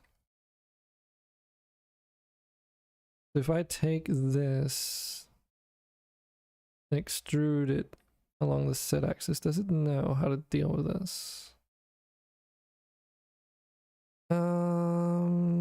Doesn't quite seem that way now. Damn it. That is kind of to be expected though.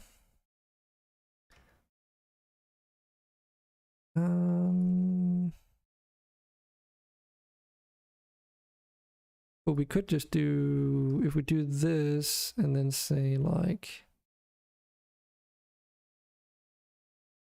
this and say extrude, and then we move that along the, what would that be, y-axis? Yeah, that would work.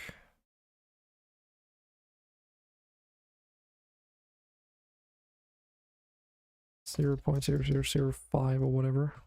It needs to get up to the point where it meets up with that other shape. And then from here we can do the same. Extrude. Move up. And then like, how deep down should this indent essentially go? So 0.01 is really deep. 0.005 or free maybe? Because then we can also do like some bevels and stuff. Yeah, it is. It's definitely getting somewhere.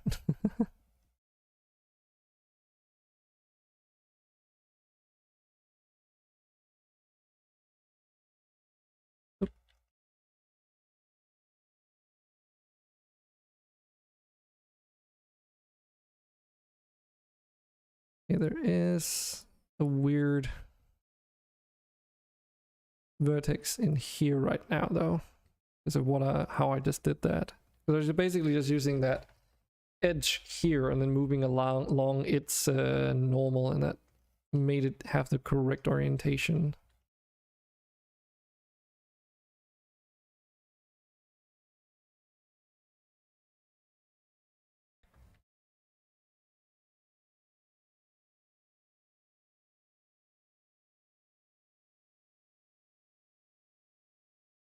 Oh right, I should probably have added these while I was at it. Oh well.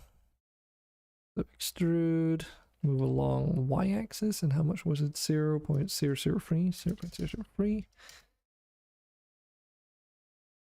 Do that cleanup again.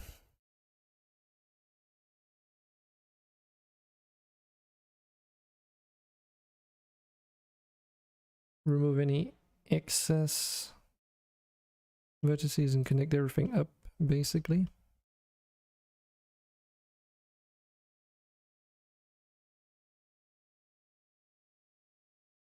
Definitely starting to look the part.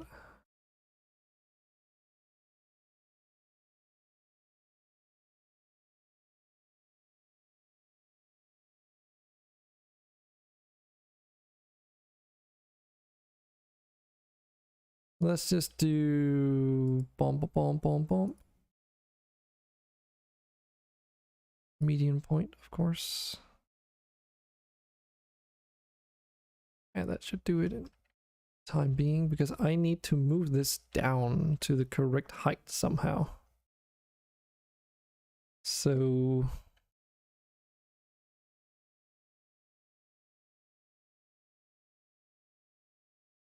.0038 or something. 0.0038. 9 4. Yeah, it would have to be an even number. See, this is why in most cases I prefer working with exact numbers, because that way you can move things into position rather easily. There are other ways you can get around this, of course. Actually, there is probably a even better way. If I really wanted to centralize this object on this plate here, say, Like one thing you could also do is say like, oh yeah, let's just do it just to make be absolute sure. So if we select this upper edge loop, which we know is like, you know, if you put a flat plane on there, it's gonna be perpendicular or whatever however you put that. So if we do Control S, Shift S, say cursor to selected, and because this is its own object, set origin to set origin to 3D cursor. And then we take this and say Shift S, cursor to selected with that edge. So that is the central point of this object, which obviously is a bit off because of how the model sort of works. So if, for instance, we wanted that middle point here to be the center, then you just do like Shift S, or, you know, in this case where the origin is, say selection to cursor. So now this is 100%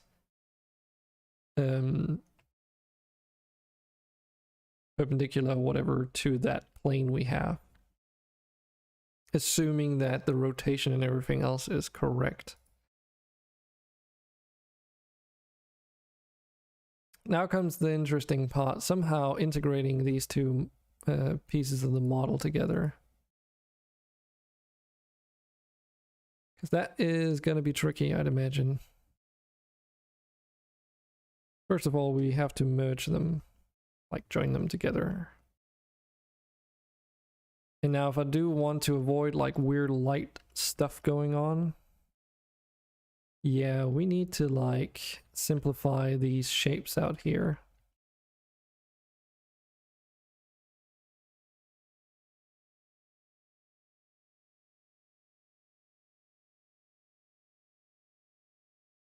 Probably get away with this.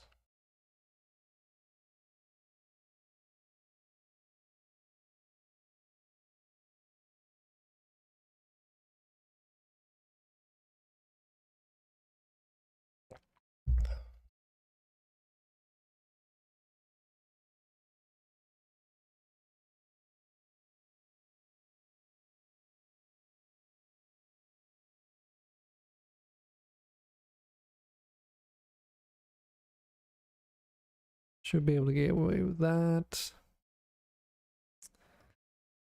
But we still have a lot of edges around this object though. So we might have to do some subdivision magic in order for that to work.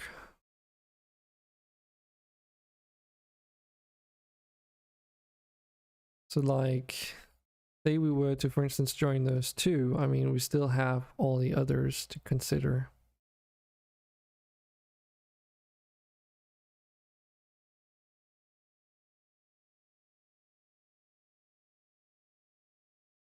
And up here, it's like, well,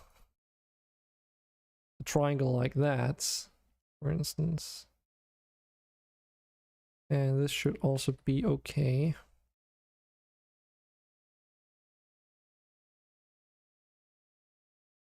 I might also say like do something like this, would maybe be okay. I'm not super worried because it's a relatively flat surface, but like,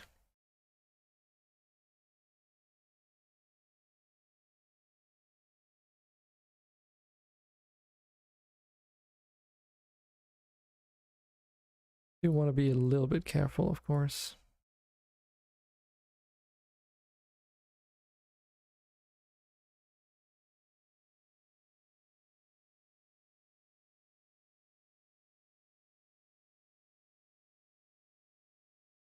And then what we can do is that we can start manipulating these. One thing that I probably want to do, and I should probably select those edges as well, is to move this in a little bit so that the distance becomes shorter. Because then what we can also do is take these and scale them on their like y-axis. And the same with this up here. So we basically get like a more rounded shape to it. Actually, wait, no. That is actually just fine.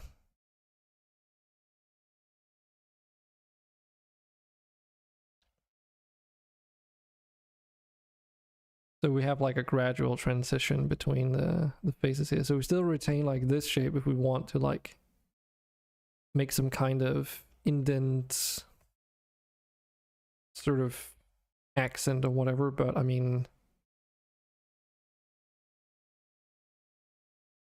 we definitely have that MonsterStone shape down there now. Of course, it's not textured yet, but then the question is, okay, so this is no longer an edge loop. That's a bit unfortunate, but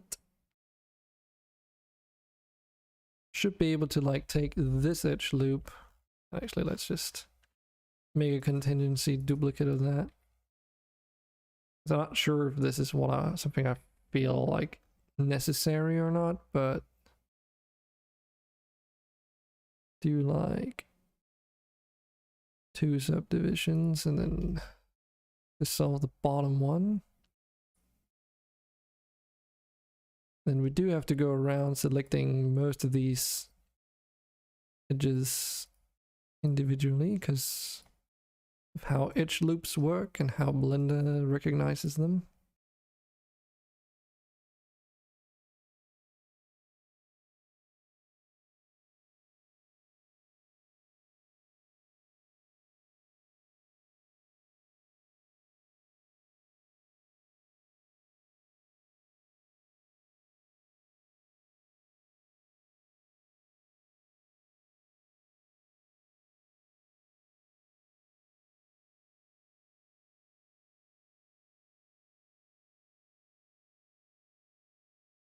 Yeah, I kind of figure this might be a thing. So if I do the shrink and flatten thing, it obviously moves it up and down. I don't want that.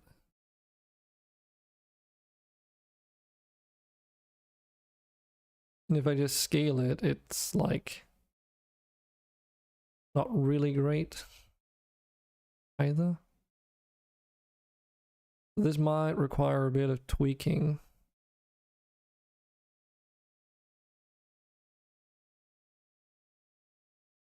This is at least a start.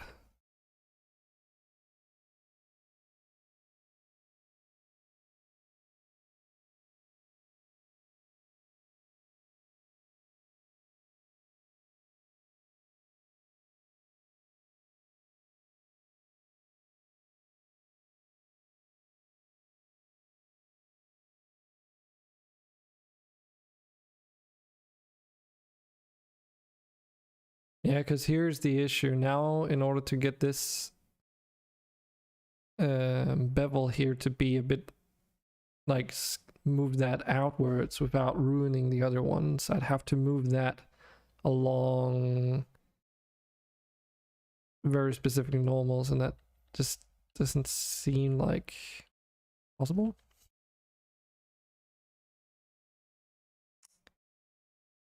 What's another way that we can do this?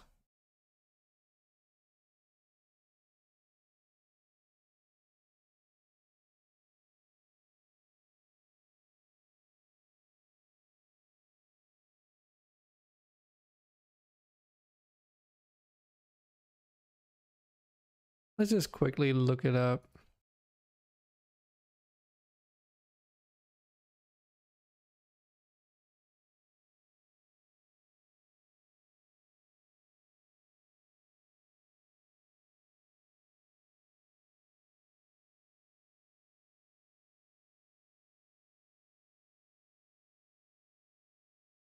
There's that bevel edges tool, but I just don't remember if I've ever used it before.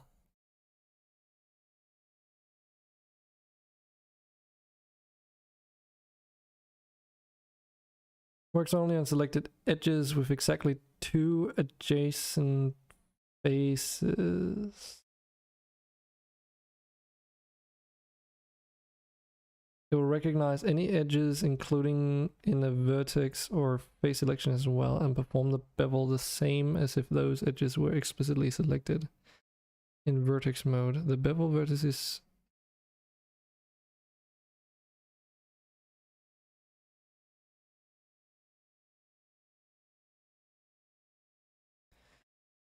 okay, so does that mean that I literally just have to select that edge and say bevel edges?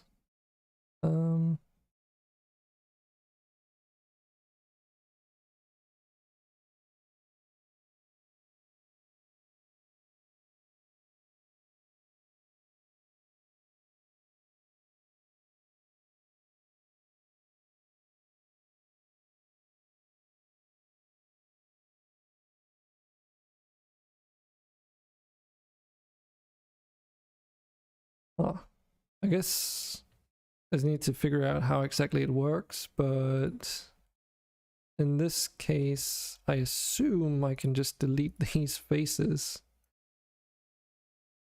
for the most part. Yeah, that actually looks pretty decent. Not perfect, but like this bevel here is a little bit weird. But then, at least for now, I can just say bridge edge loops or whatever. And then delete saw this edge.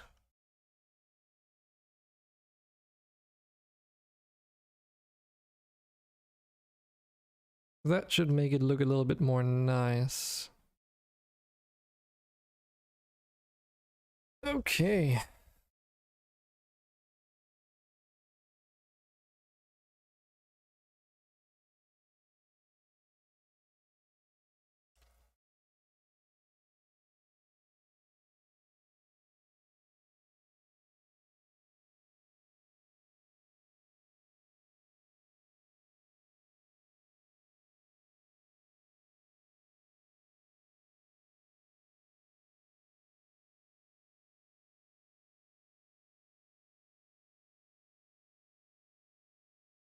It seems somewhat appropriate.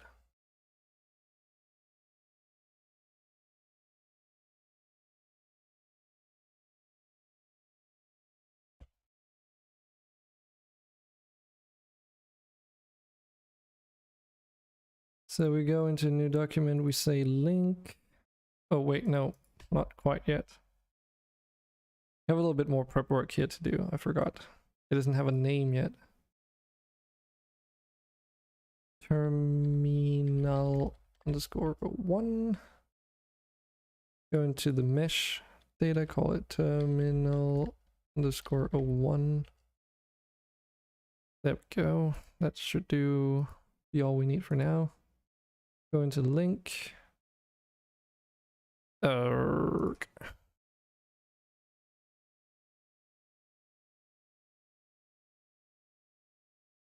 Models. Details.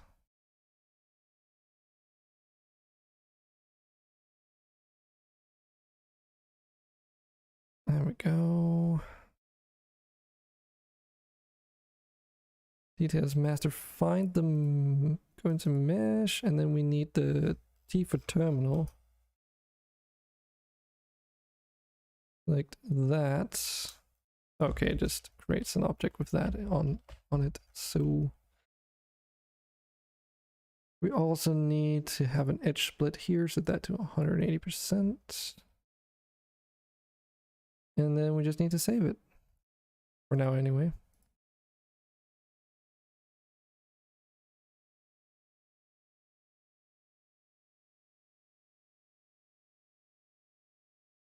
So if we jump into Unity,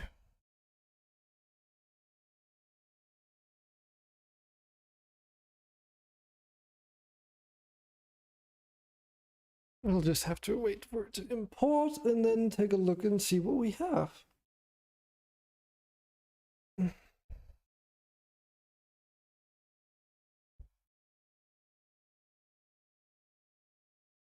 But yeah, Selfie, like, considering that it takes me almost an entire afternoon to make just, you know, something as simple as this. Imagine if I had to make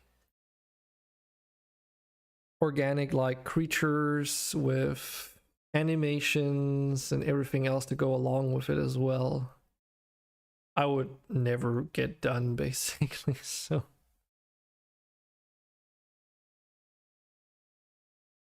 So yeah, we're gonna be sticking with tokens because textures I have plenty of.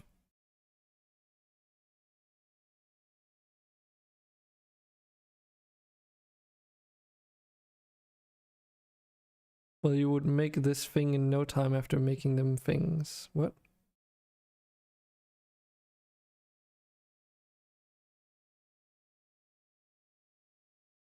Not sure what you mean.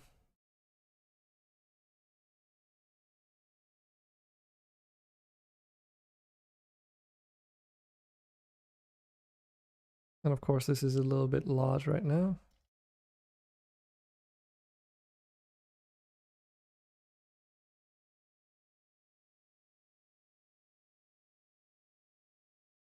Yeah.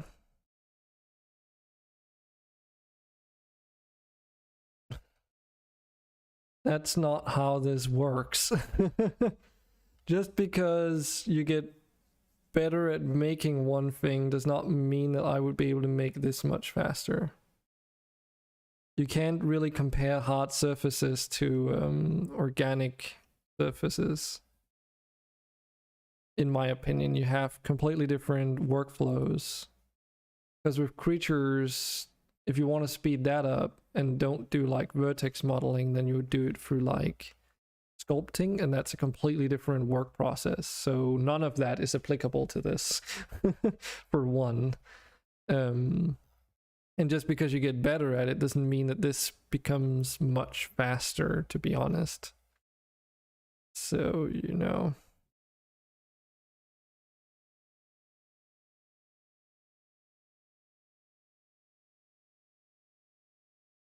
It's the same as saying like, oh, if you have 2 programmers, you're gonna do it this fast, and then if you have 10 programmers, you're gonna do it 5 times as fast because you have 5 times more people.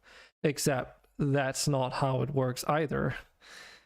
In fact, at a certain point, it doesn't get much faster because communication becomes a problem. This is one example. So yeah, at that point, it's if you want to be more efficient, then you need to start delegating work tasks into, you know, more separated things. But that also means someone needs to spend the time to actually do that.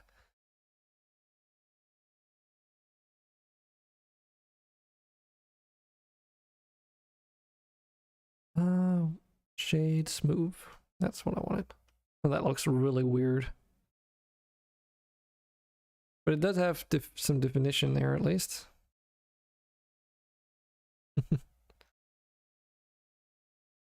I get what you're saying, though. Like, you're not wrong.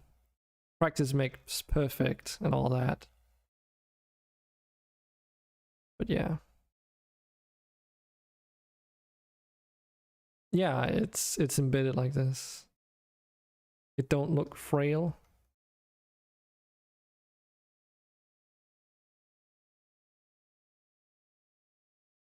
Yeah, and you can kind of get a sense of the shaping from a far distance already. It's not done though. Let's go in here. Like that odd bit in the middle. Yeah, I know. I already said that actually. Like on the texture, I was also not super happy about this piece here because it looks like, oh, that's something that would snap, so it should be like probably connecting up like the more like acute angle or whatever.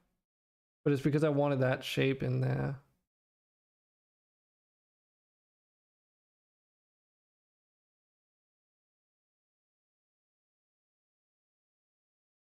Maybe. Oh, okay. in that way. Yeah, I see what you mean. So what we want to do next is we want to mark the edges that we want to be sharp so that the smooth shading is a bit more accurate. Enough. Oh, where's this? Why is it? What? Is there not? Oh, I forgot to close that up. Right. Because I'm intending on doing something like this for that part. We'll see if that becomes a problem or not.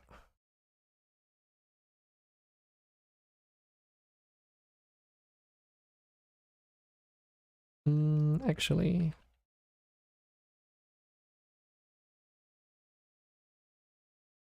instead of doing it this way,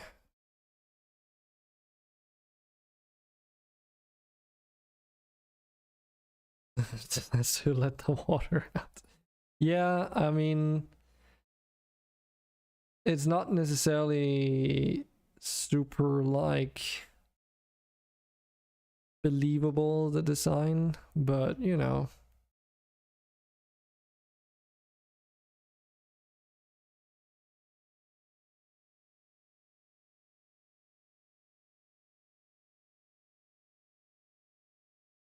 Avoid the mold growing.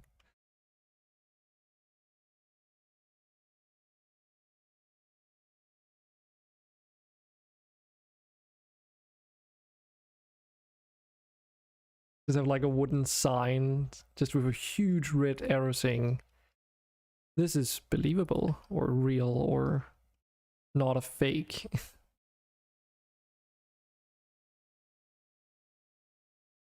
We're not breaking the laws of physics, rather. It's like, that's one of the things I learned at university, and I was like, huh, that actually makes a lot of sense. Because normally when we talk about video games in layman's terms, we fling out words such as, oh, this game looks really realistic and stuff like that. You know, we use this word realistic, but the thing is, video games are never made to be realistic. Because no matter how you slice and dice it, from a semantic point of view, it's always going to be a simulated realism, right? It might be very, very accurate, but that is not necessarily super realistic.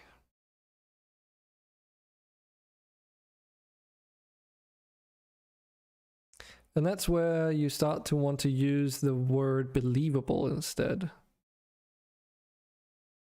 Because when it comes to video games, you have the concept called suspension of disbelief, after all, which is something you always do no matter which game you pick up, essentially. You suspend your disbelief that in this video game, elves are real. You suspend your belief that, you know, you have force powers, or you can do magic, or, you know, whichever rules the story world entails. You suspend your disbelief so that you can get immersed in the world and then enjoy the experience or artwork or whatever for what it is, right? And then the better job the author of that work puts into it, you know, the easier it is to suspend your disbelief. What else are real? All right.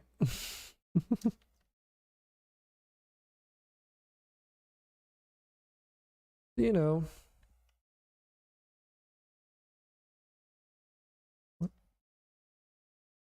What? 09? Nope. 0.95? Nope. What was it? God damn it. 0.95.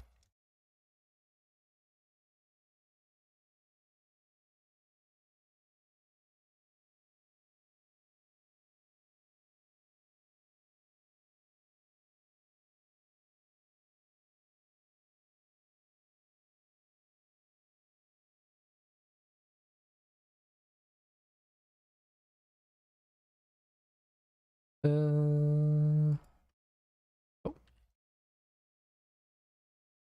That was quite alright.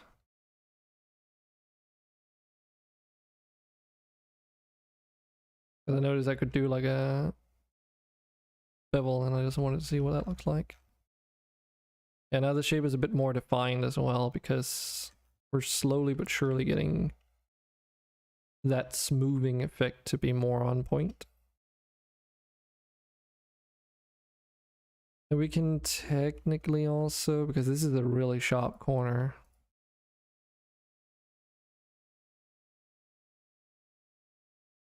mark that as sharp.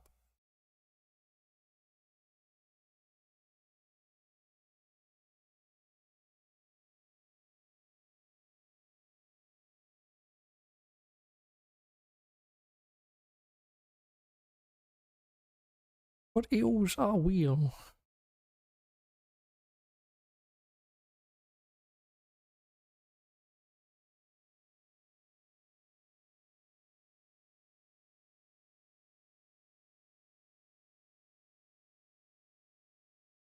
Okay. Bevel edges. So if I take... Oh, okay, so you just select the edge actually that you want to bevel. Oh, that makes it so much easier. Well, assuming that you actually have the whole thing selected, I suppose.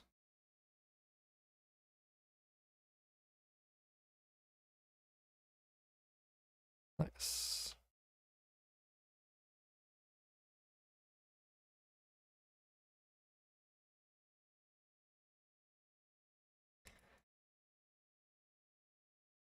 But yeah, I think the concept of suspension of belief, immersion, being in flow as well, Csikszentmihalyi's flow theory is really interesting stuff. We did dive into a lot of psychology at university because it's a big part of, you know, making immersive experiences, obviously, or engaging experiences, or however you want to put that.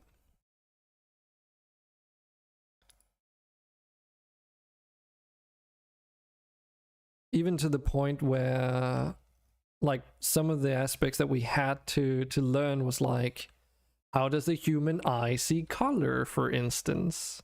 So it also goes into like the biological sort of, you know, just on a pure primal level, how humans work, how we perceive things, how we observe things, or process, like, you know, anything that we do see, experience, feel, whatever you want to call it. All of that together, and then combine it in order to make better experiences, essentially. Starting to look pretty nice. It's almost giving me like a Ocarina of Time feel with the... Oh my god. Just... What's it called again? Shit. What? Why can't I? So there's... Thins... Is it Nairu's Wisdom? Is that the one? I think it is. Can't remember.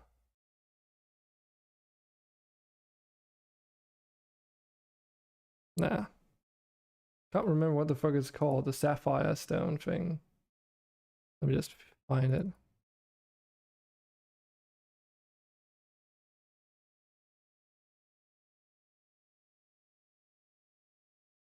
There we go. I found it. I was just really thinking about this for a second because Ocarina of Time is so freaking low poly. Like, this is what it looks like sort of in game. Oh, yeah, the Sora Sapphire. Or exploit people for money. I mean, true. We did have a course at some point where one of the well, actually it was a semester project where we had to cover concepts of like morals, because one semester the project that we did was within the field of persuasion, using persuasion as a means of conveying messages, essentially. Spreading awareness about important topics or whatever it may be. And we learned at, you know, throughout that project that at multiple instances there were like cases where you could use it for both good and evil. And it also dives into gambling and similar like concepts too. Like one of the layman sort of topics that it sort of starts out with is also like billboards, commercials, how they're structured to cater to your sort of perception and all that stuff. And it was just really kind of freaky to get into.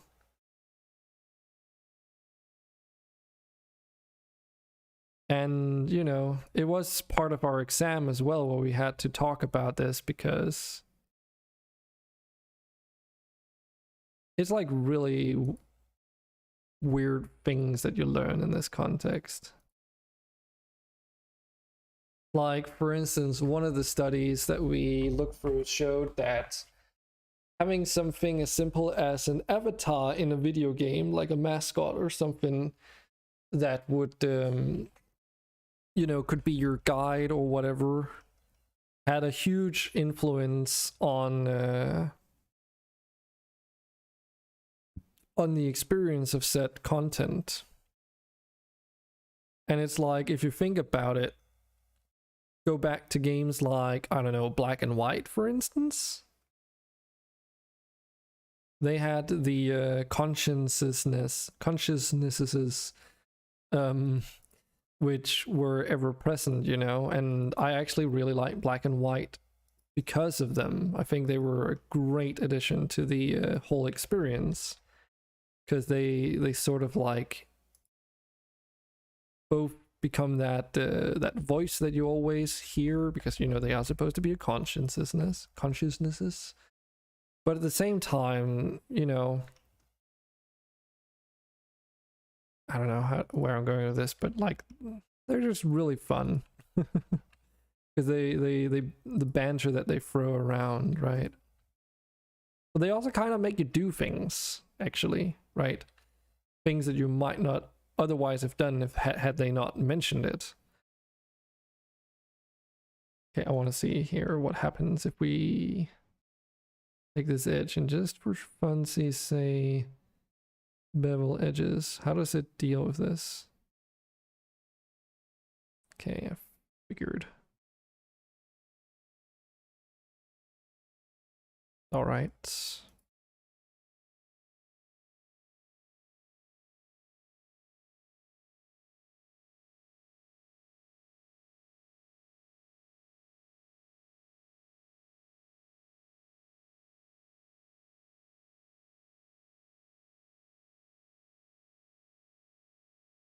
Cool.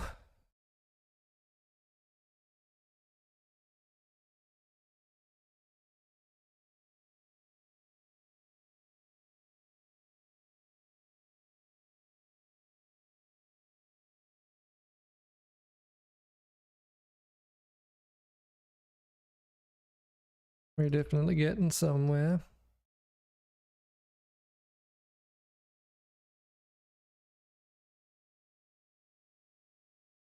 Getting a feel for how the light treats us.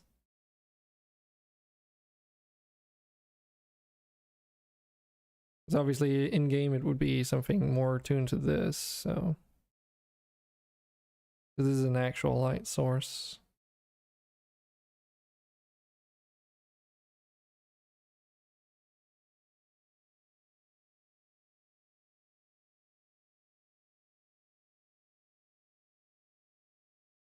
Add a material to this sucker.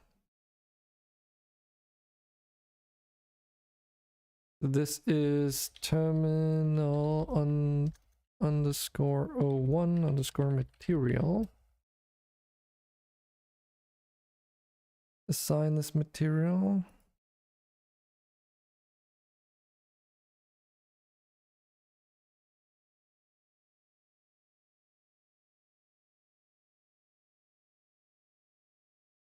And that should pretty much be the model itself, at least. Because if we reload this one, there we have it. It's split and all.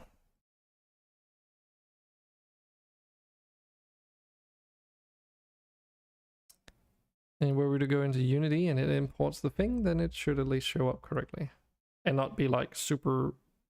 Actually, I don't know if that is the intended scale. Let's see.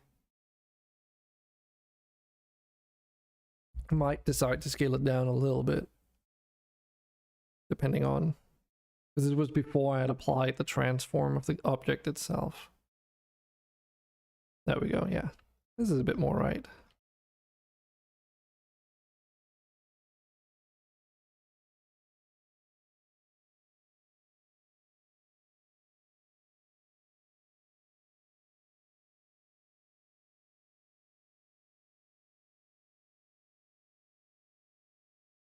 Yeah, I kind of gave it like a base so that I could move it, sink it into the terrain and have like build terrain up around it if I ever decide to do that. No, that's pretty good though. No textures, but we'll get there.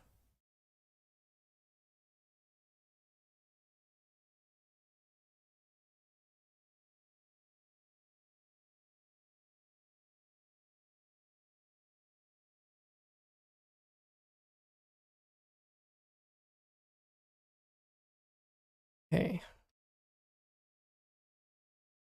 How do we want to do this? Well, I suppose first and foremost, let's see if I can find that thing again.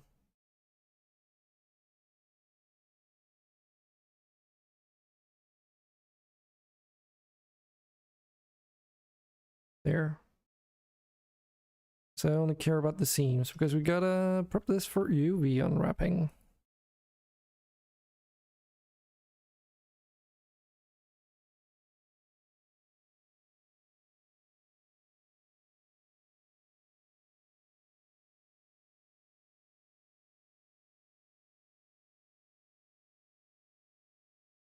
And let's add the seam there.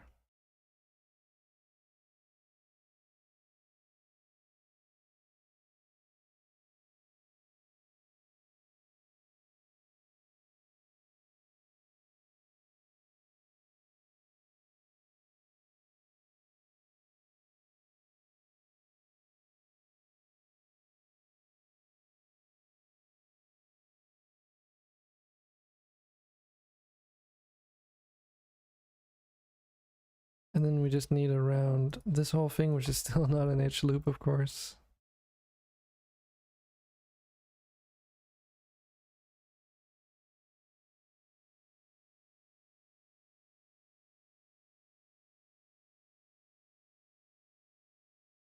But yeah, I mean, some models, like this one has a lot of very specific detail that it needed, right? And for the entrance I made yesterday, I was like, okay, I don't even know how... Like, I had a vague idea of what I wanted to go for, but, you know, the exact details and such were a bit of a mystery. But in contrast, something like, say, a tree of a specific type, right? Well, those are a little bit easier to make because, well, you've got reference material. So in those instances, it doesn't really take a whole lot of time to make a lot of different trees of that type once you got the base shape down, because you can basically just take the leaves, put them together new ways, and then, you know, bend the tree trunk a little bit and morph some of the leaf shapes around to make some variants. You know, that's exactly how I've made the trees that are already in the game, because that's kind of what you really should do. Because that saves a lot of resources, given how every single tree essentially uses the same texture. Well, not essentially, like, it does use the same texture. And even, you know, the same amount of geometry in most cases.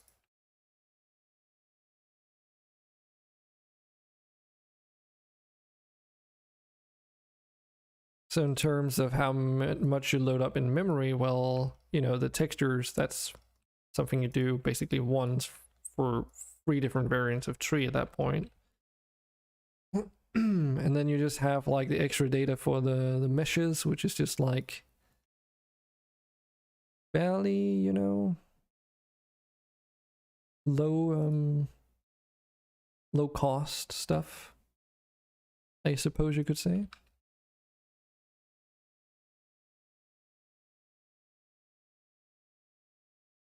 And then to spice it up a little bit, I did make like slight variations of the texture so that I have like leaf color variants of the different trees. Now you could accomplish that through a shader, but in this case, I would argue that doing it as a texture, which just means, you know, loading it in more into memory, even though that's probably, you know, VRAM on your GPU, shouldn't really be that much extra. Because the alternative is that you have your CPU / GPU do the computations at runtime every frame. So instead of it just, you know, calling up a reference, then it has to for each tree compute the color variations in the shader. Well, maybe actually it only has to do it once for the material and then it applies it from there. I don't know the technical details, but I'm pretty sure that loading something from memory is cheaper than computing it every frame.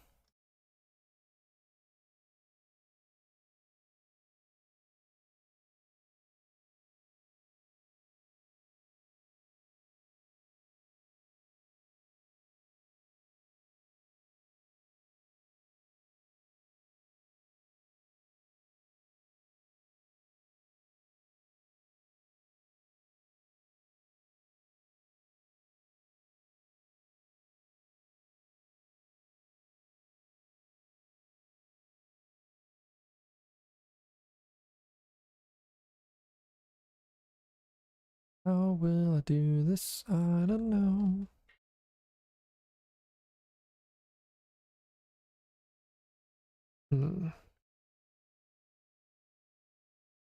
I'll definitely need to have a seam here.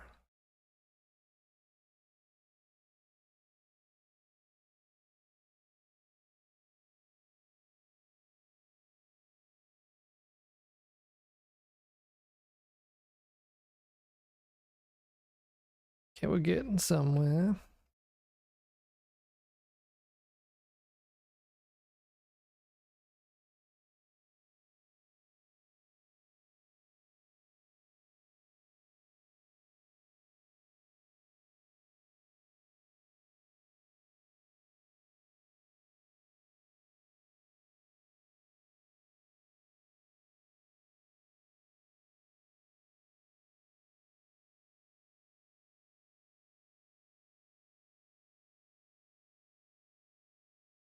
Yeah, considering how much I need to split this edge going all the way around, because if that is all one piece, then it's either gonna be like really, really small to fit the UV layout, or like, no, yeah, that's literally the only option. So let's try and split this up into multiple parts. This one's a bit weird because of how it's like even like not it's got a face in the center instead of an edge, but that's okay.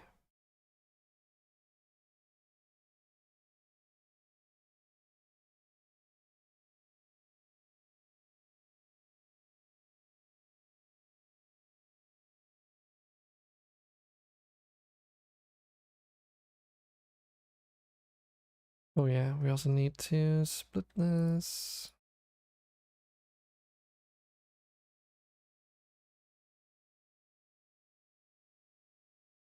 This is where like knowing your shortcuts gets really useful. Like for instance, just knowing that, oh, you can like hold down Alt to select an entire edge loop, or say like, what is it again? Yeah, Alt and Control, and you select like sort of a loop, but then it's like an edge loop on the other axis, I suppose. And then you can combine it with like shift and all kinds of combinations to like deselect multiple groups and stuff like that. It sometimes gets a bit difficult to like try and remember how you do the different things when you need to have really weird selections going on, but for the most part it's quite useful. Okay, so this is what a UV looks like right now. So if we were to say just unwrap this, what would we be left with?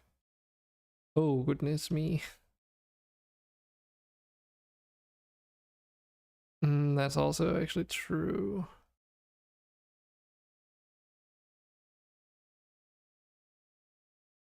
Well, there are ways around that now that I think about it.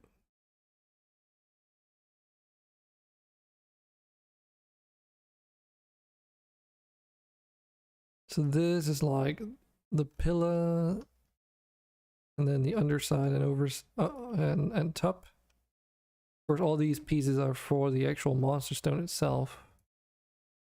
And then that up there is going to be like the band around. So is that how you color it all in? Yeah, so you gotta mark all the... So you unwrap the UV. The UV is basically like a 2D representation of the texture space and a mapping of where that texture space gets applied on your model. So if we take this, for instance, you can move them around and such. And that's like then the coordinates for the this top surface. And if you then export this, take it into a painting program, and let's say it's 1024 by 1024 because it you know, then you paint in that area, and then that's how you get color in. But it's more like this is how you know where to also paint. So that means you need to get this as solid as possible the first time around, because once you start texturing things in, it's going to be more tricky to move your UVs around if you say add more geometry and such. MS Paint soon. I don't use MS Paint. I use Krita and Photoshop. Take it easy.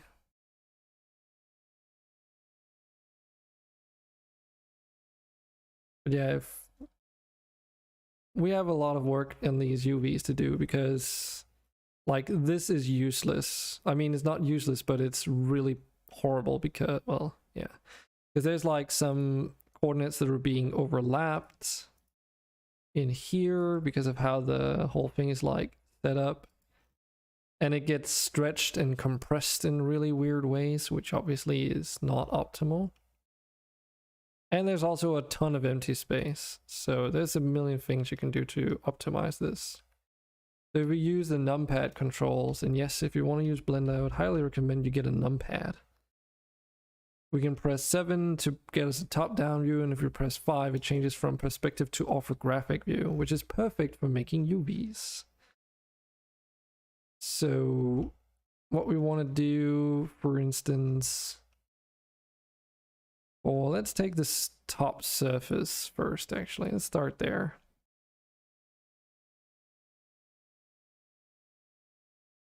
Because the seams that are marked in red helps split up the UV in a sort of sensible way and can do some of the work for you, but very rarely is it like enough to do the whole thing.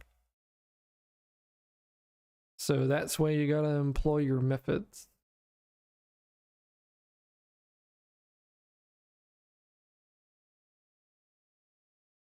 One of which is to make sure it's in the right thing.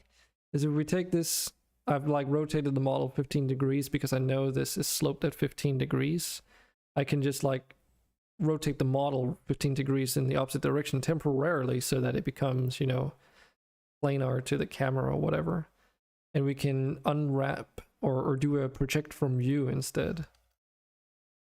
So that means that we now get this UV here completely flat, and you know, not only that, but it's also mirrored and everything because it's true to the geometry.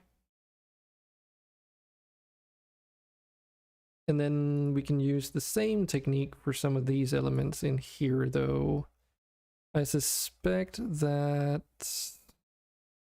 yeah, so this is the part in here which I assume we don't have to touch because that's an entirely flat surface and doesn't have like weird connection points or anything.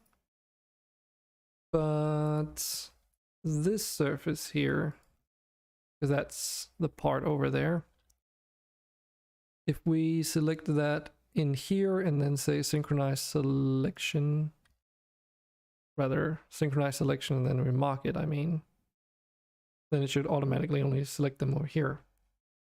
Kind of like putting a world map on a page instead of a sphere. Yeah, kinda, yeah, that is actually the effect. Actually, UV mapping spheres is super difficult. You need like, there's like specific software you can use just to do that alone, because otherwise it creates a lot of problems. But yeah, now we have this shape here, and obviously it's not perfect yet because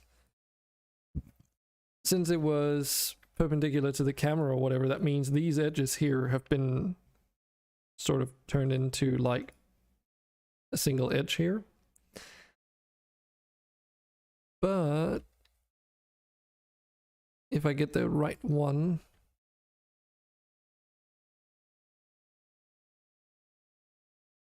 and I need to,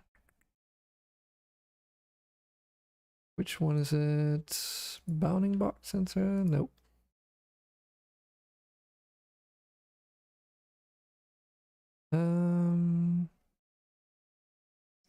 I needed to scale. Oh, right. I forgot. Probably because I'm in this other mode here. Yeah, there we go. Now I should be able to scale this. So if we scale this down just a little bit at least. Or heck, I can even just like move those out for now. Move that back in. So I have a better idea of what I'm doing.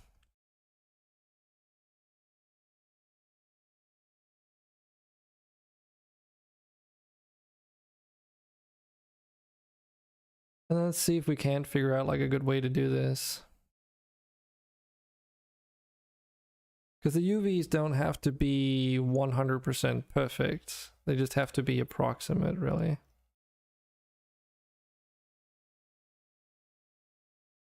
So now I can at least, if I concentrate, get the right parts, I would imagine. These.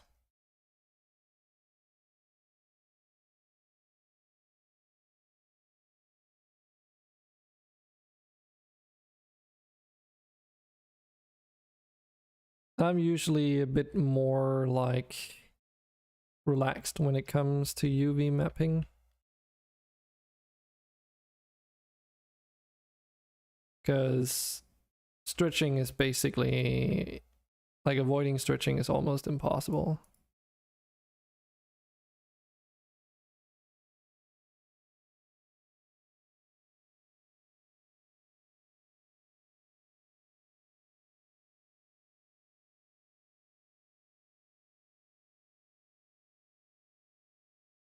But we can basically translate and scale things so that they become, so that that edge that was before hidden like underneath becomes this slightly, what do you call it, stretched piece here.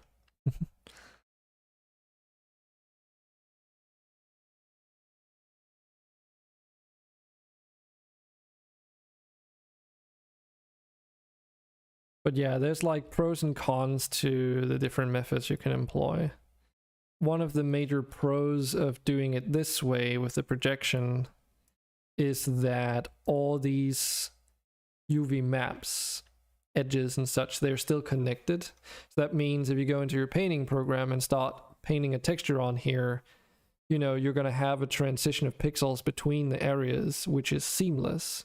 They will stretch a bit, but it's still going to be seamless. And for the parts down here, it's usually not as big of a deal.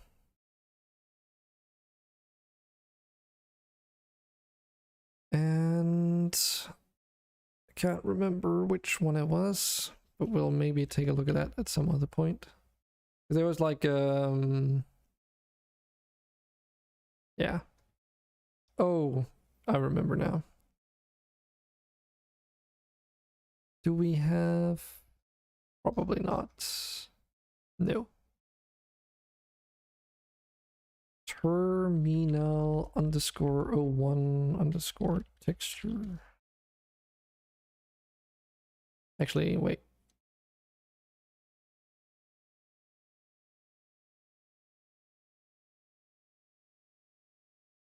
Yeah, they're not even called that.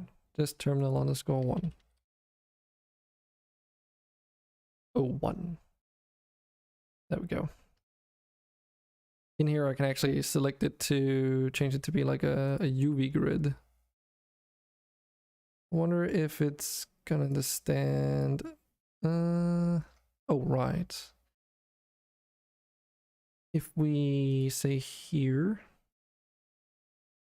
add that image art, and then in the drop down we say terminal. There we go. That way we can see the UV mapping sort of like stretch effect a little bit, right? Because you have basically like a... This is like an indication of what it's going to be like. So essentially, you know, we can sort of see how here this straight line becomes a bit squiggly. But that's the thing though. As long as these edges together don't have like a line that crosses over between those surfaces in the UV map, then like say I were to make lines that are perpendicular to the UV maps here, then that's not going to be a problem. There's going to be a little bit of stretching maybe if I do it along this plane down here, but as long as I don't make a line that has to connect across here or something like a sphere, like a circle I mean, then you should be okay. It really depends a lot.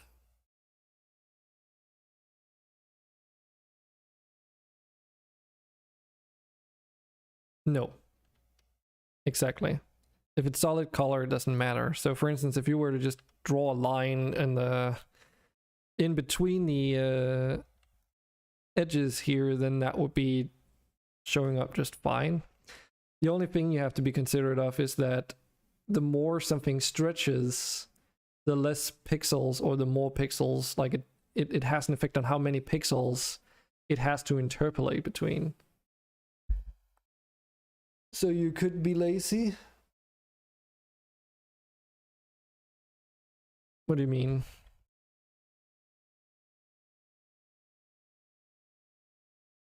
Lazy in what way? I mean, you can always be lazy. It's just like not always the best idea. It depends on what you mean by being lazy. I mean, if you're intending on just filling it in with a solid color, you don't need to do UV maps whatsoever, pretty much. Apart from, well, you kind of do. Depends.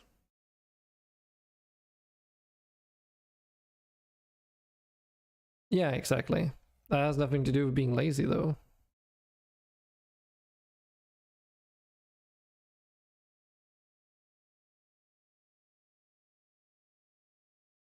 Is what I mean.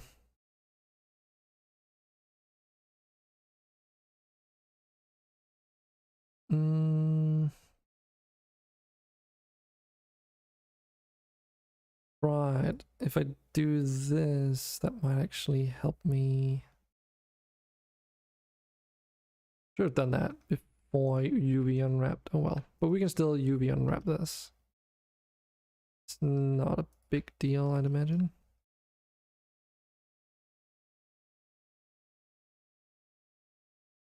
But I mean, the thing is, if you're intending for something to be a solid color in the first place, then you just set a solid color in the material settings and you're good.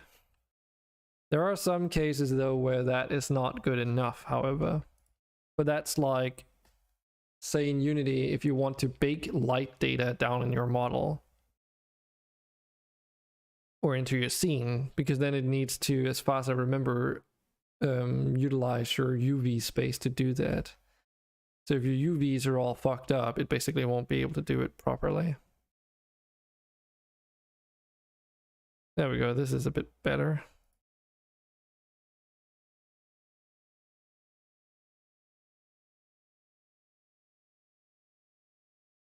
Make sure I got all of them. I think so.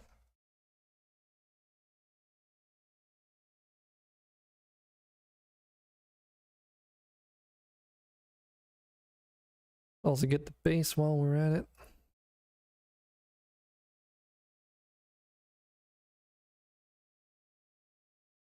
Because this is the thing, yeah? So if you mark a seam, it basically means that it doesn't force it to be connected like this.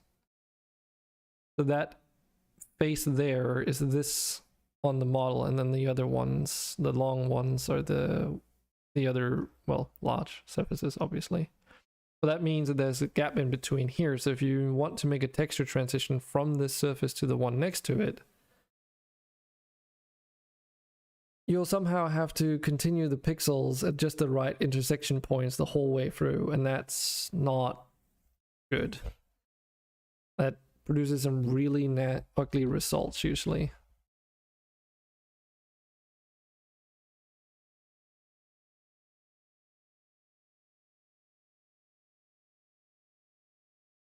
Project from view. However, so that we do a similar approach to what we had before.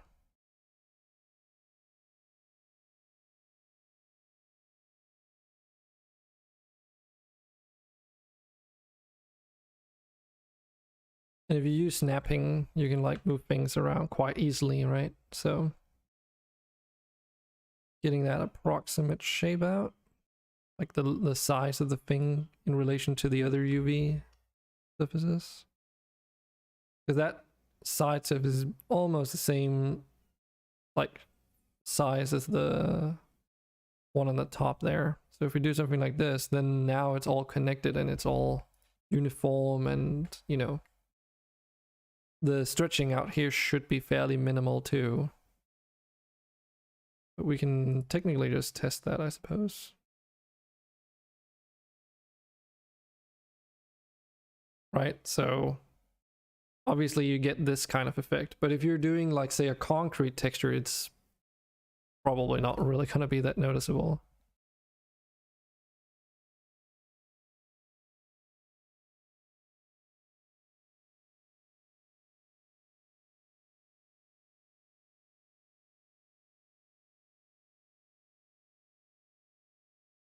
And like, you can sort of scale around with this and try and reduce the amount of stretching by distributing the amount of stretching that you do over multiple areas of the model. If you say like 2.5 on that and then do it for every here.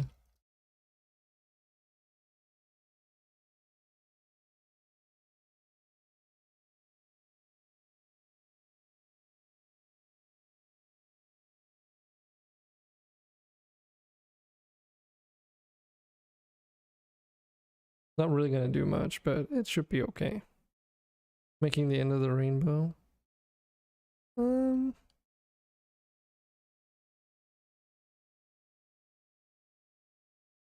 I mean, this is just like a technical texture so that you know what the fuck's going on. Because there's the other aspect here too, like, so this F6 is a much, like, it's much larger than this D4, right? And you can even see the grid here is really low res, and that's because, well, if we look at our UV again, all these circles here that make up the UVs of those indents are really, really small. And as a result, well, the resolution is also just really bad.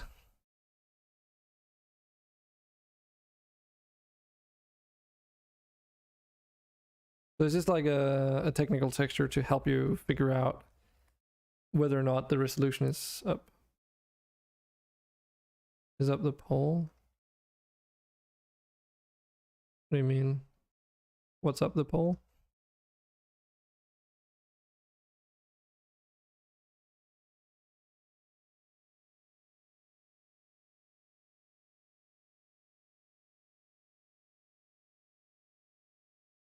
Okay, I don't know what you're talking about.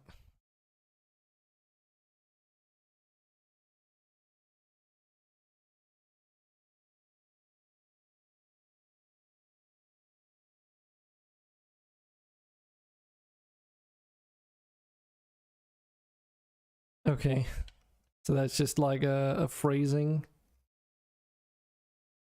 That's not something I've ever heard before. Yes, exactly. You got it.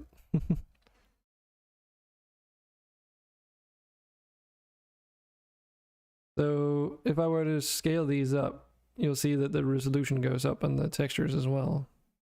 So ideally, to keep your model's texture quality consistent, you want them to be around the same scaling factor.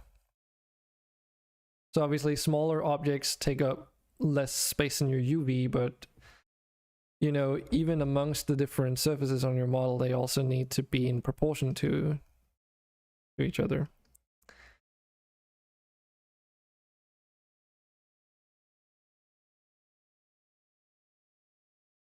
Because yeah, unless like you know, in you can also use that in some respect to great effect to make certain parts of your model that need to be more clear, higher res, specifically so that they're more clear. Whereas like say something that might be more prone to be like under dirt or whatever, behind grass or whatever, halfway in the ground and such, doesn't necessarily need to be so high resolution. The same with the gate here, like you can also do things where you overlap UV so that the left and the right hand side of the gateway here is just a mirrored version of each other, right? But that means that you can't have detail on one without putting it on the other. So because there's such dominant elements of that model, I decided, for instance, that I didn't want to do that. So on this one, like the two sides of it are each their own surface, essentially. And then the gate is its own surface, but then these are laid on top of each other, which is like the frame that goes inside this part here.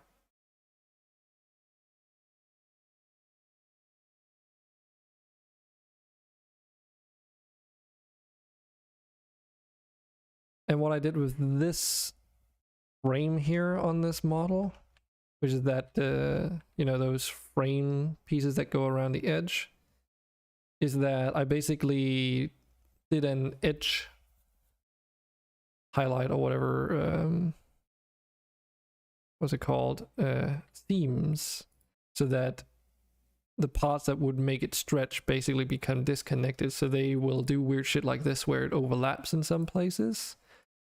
And in others they like disconnect entirely. But you can do one of two things. You can either take the scaling and take just those two vertices and scale them down to 0, because that moves them just, you know, towards each other until they meet.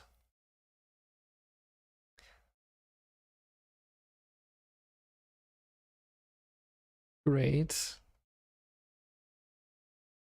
It's not exactly what I want to hear, Sapphire.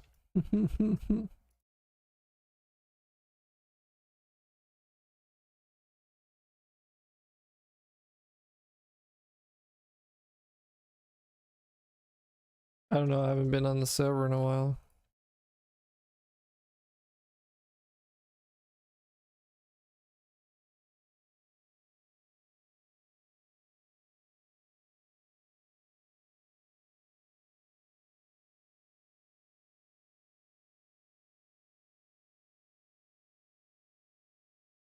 Well, that's your problem. You're the one that's on the server.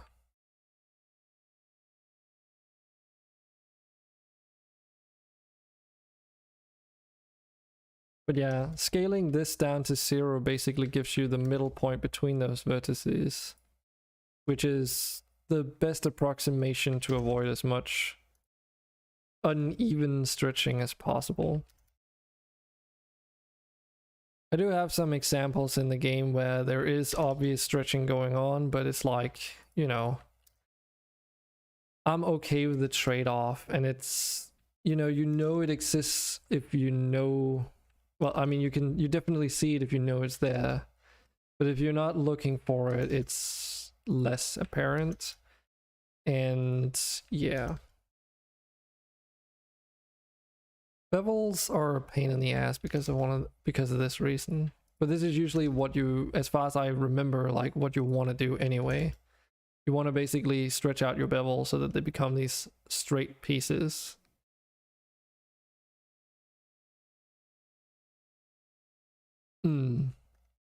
Yeah, and it's just a limitation of how UV mappings are 2D and 3D models are, well, 3D, so human buildings have that problem if you look for the odd parts. Okay.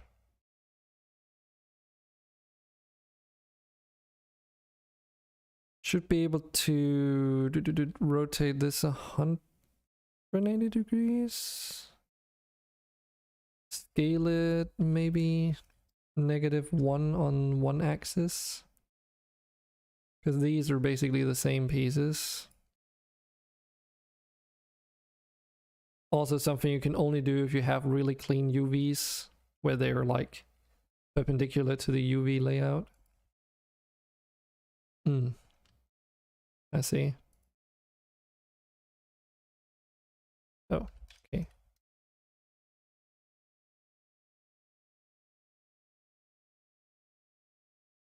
There we go. Only people that made it know because they created and always focus on that instead of the whole thing like others would. Yes. Something we can do here as well is we can select one of the UVs and set the cursor to the selected. And then we can take the other UV that's basically a duplicate and then say move selection to the cursor. So now we have those two UVs on top of each other, which means that they share the same UV space. So if I paint in this area, they're both going to be painted the exact same way, which is fine because it's a mirrored piece, which isn't super obvious because it's such a small surface area in the first place. This one might be a bit more tricky though, but we essentially want to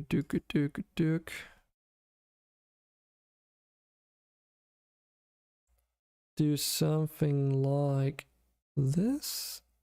I don't actually quite know. Hopefully this works out the way I hope it does. To be fair, UV mappings don't have to be, you know, 100% on either, because it's an approximate, right, as I said. And there's a bit more geometry on one of these. But yeah, it basically tries to take the closest pixel that it can find that fits a particular surface, if you know what I mean.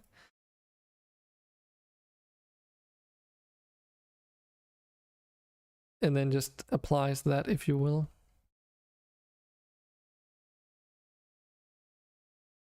But then something else we can do is that we can also select all these vertices on this left side, because they're a bit uneven, and say scale x minus, or actually just scale x 0. It's very subtle, but it basically means that they're all aligned, right? So it's one straight line going down. Then what we also want to do is select this vertex and move this selection to the cursor. And then I need to make sure to get the right ones, actually. Is a bit easier if I do this. Because if I move these vertices up there, that should mean that if I paint them in, then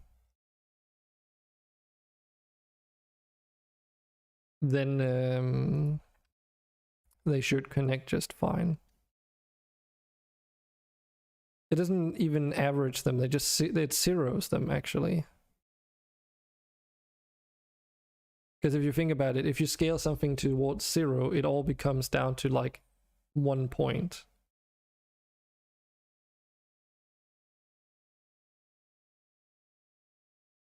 And then you can use this to vertex by vertex align everything as well. I also want to do that on the Y level.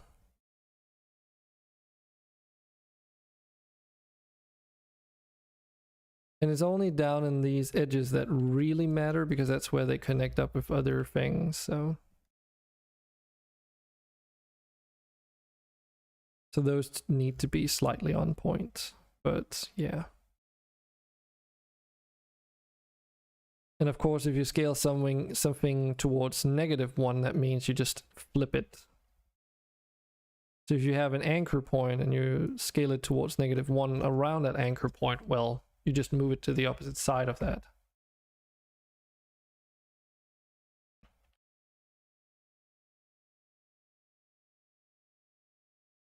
But yeah, it does also do like an averaging here, right? Where it like averages the positions, of course, if you want to avoid any unnecessary stretching.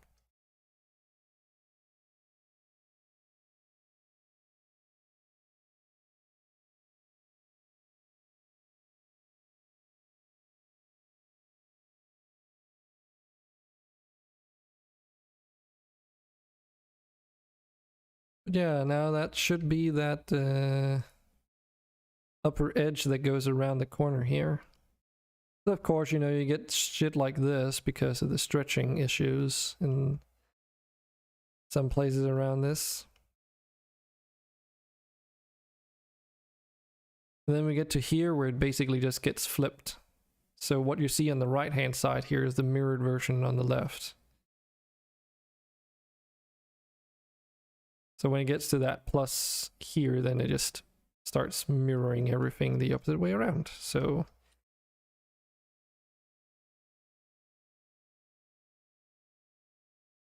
and then it does it until it gets up to here, where it then continues with the other one, which those are also mirrored up from this middle point and then around to that halfway point here.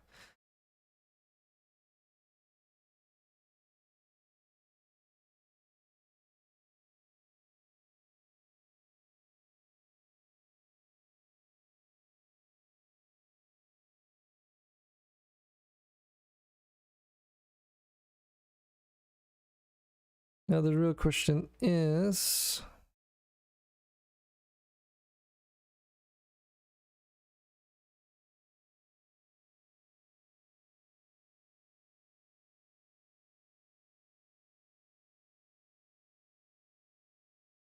because this can be a bit tricky to see. Well, actually, I won't even be able to do this, so there's no real point to. But yeah, you could like also have these connected up and just do that way. But and in theory, you could also lay these on top of each other, but you know, one is significantly longer than the other, which you still can work with as long as you don't make like elements along the length of this that get that can't be stretched without looking stupid. Say like if you want to put rivets in, those holes will be stretched out if you were to say take this and then stretch it along the x-axis or y-axis so they have the same length, you know, like this. You're basically just stretching the texture at that point. But it would mean that you could make those transitions 100% seamless at least. And not only that, you could also reuse this UV space for the whole edge, essentially. But that is not really such a big concern, I don't think.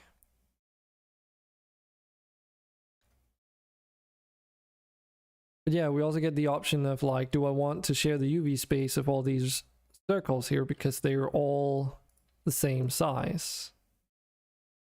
And and I can also scale this down to be the same shape if I want to. Yes, it does.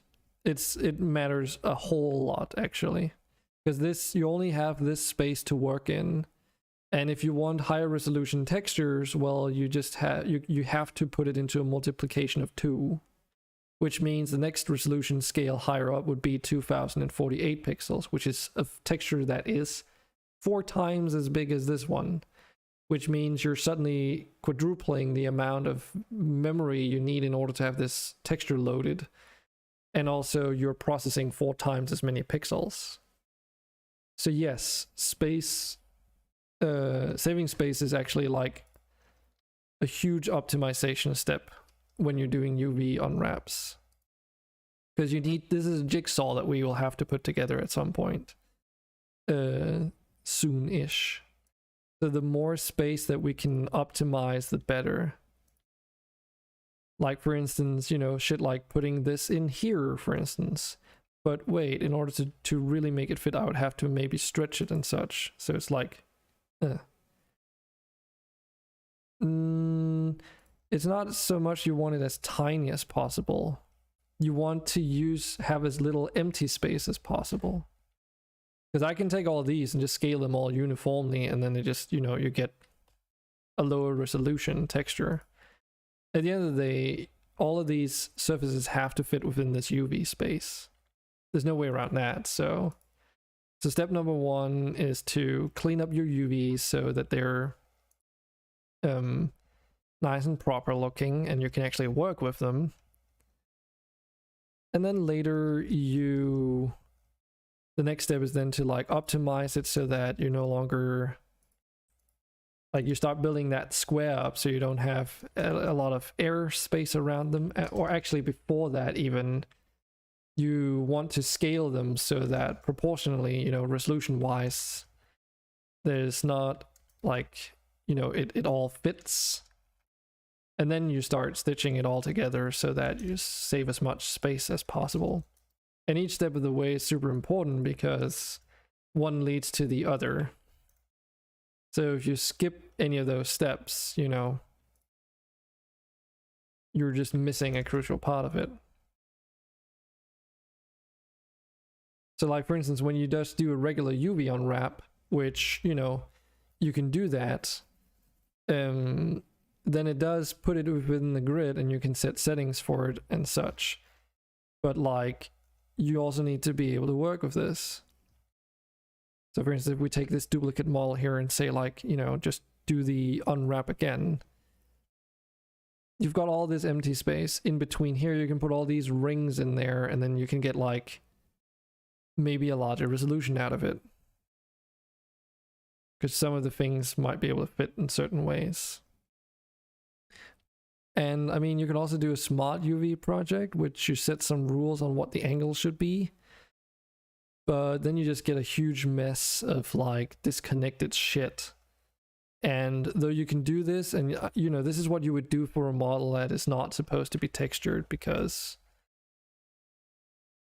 at that point it doesn't matter and that's how you save the most space. But if you need to actually texture it, that's a big no-go. Absolutely don't want to do that. But at this point though, we pretty much have, as far as I can tell, all of our shapes. The only one that really looks kind of weird is the pedestal itself, but I think that is okay. Because it is weird shapes.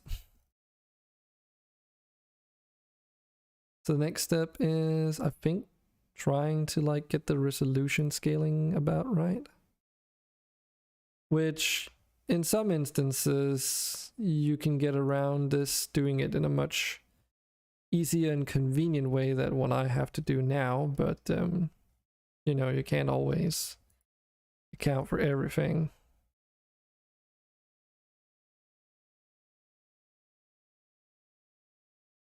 Because had I like made sure that these were like scaled as I went forward instead of like losing track of everything, then scaling would maybe be easier to do now, but you know.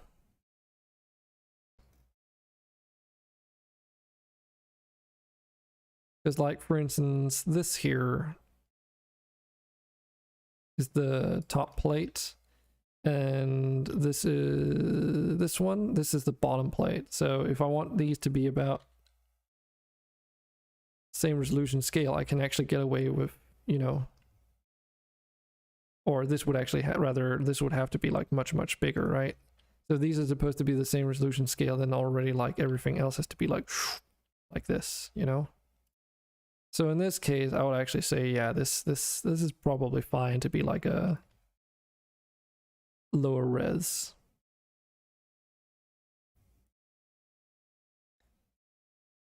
And then we have this part, which should probably, like, these two should probably follow each other in scale.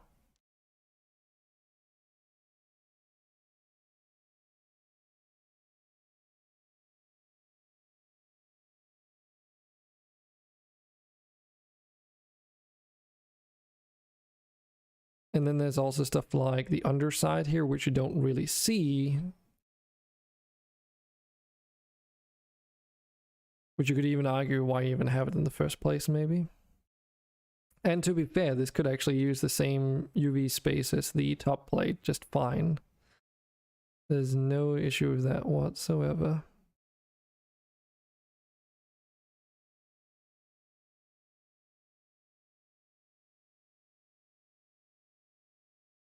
So if we say cursor to selected, select the cursor of offset, then it's centered on the same thing, and we just like do an approximate scaling of it, like so.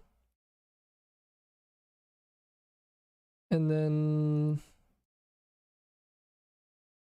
we take those vertices and move them into that last spot, but they're straight on top of each other.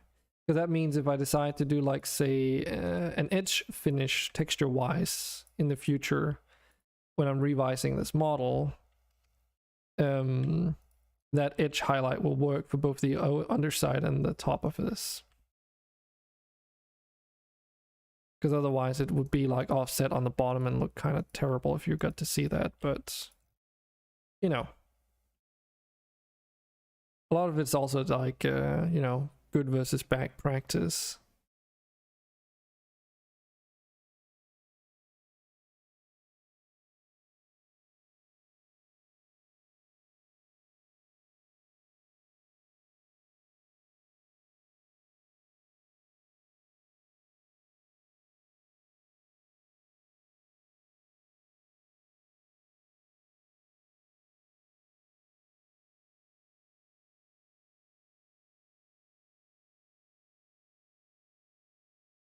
And of course, you know, the longest element on this is the edge around this table. So the question is if that should actually even be split up into two pieces. Might not be necessary if these elements end up taking a lot of space, but if it turns out that I can actually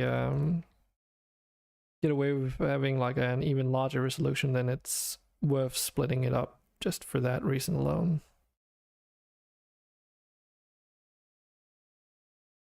Fortunately, the UV here should be rather simple to do because a lot of it is just like fairly like flat, large surfaces. Not a lot of like irregular shapes, to be fair. I can already see that I probably want to split it up because this is obviously a highly irregular shape. And then this can probably fit in here. And then we have these, which obviously they have a fixed length as well.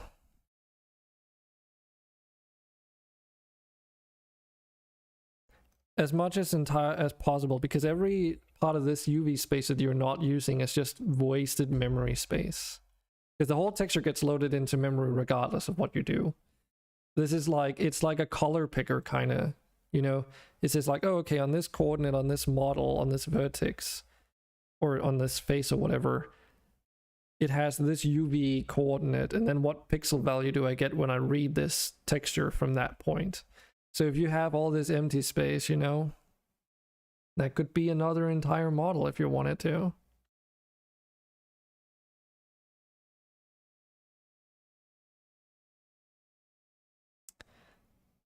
So yeah, you definitely want to.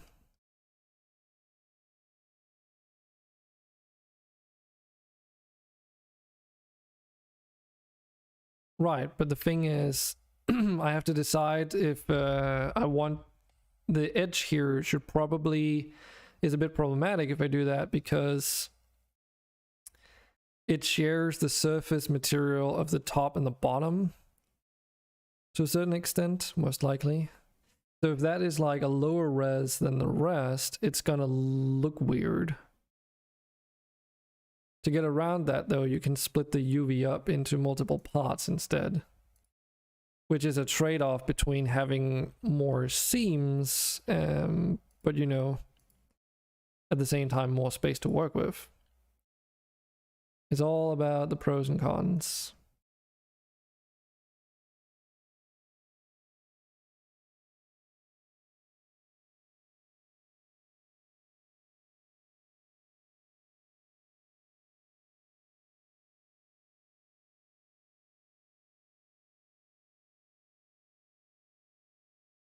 But by at least like splitting it in half, it means that it can fit vertically into half as tall a space.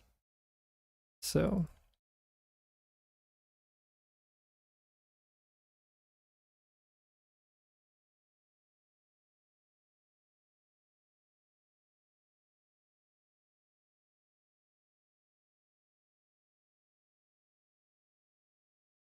wouldn't want to be indecisive doing this work.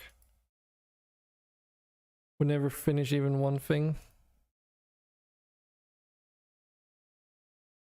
Yeah, I think I understand what you're saying. You need to have a pretty clear goal on how you want to tackle this. But that's also why preparation and planning for how you want to do stuff is very helpful. It's also why game companies like to have a really good production pipeline for things, like a certain method to do stuff, because as soon as you have a method you can employ, then you just need to do the steps. And not only does that assure that you get things done, but also assures quality is consistent between your work.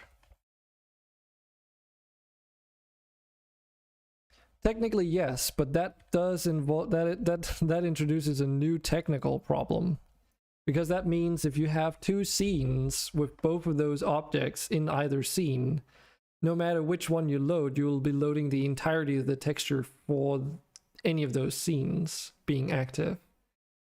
So if you're just using like a quarter, not even a quarter of a UV space for one model, and it's being shared between like 5 models or something, then it doesn't matter which one of those 5 models is present, it's going to load the whole texture regardless.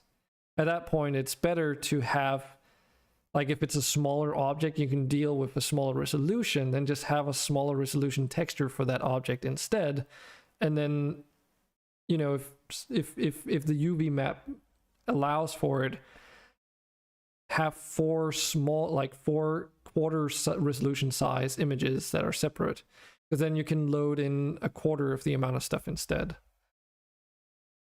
If they're in the same scene, it doesn't matter. No, there's actually some techniques you can use there as well, which is fairly commonly used when making hallways and such. Because you can have something called a texture atlas as well. A texture atlas is essentially like a color picker version, like a color swatch picker version of a texture space. It is usually used like for surfaces that are very repetitive, like straight and narrow hallways. You know, the walls, the what do you call it, the embellishments, doorways, grates in the walls, like especially for sci-fi games, it's a pretty big deal.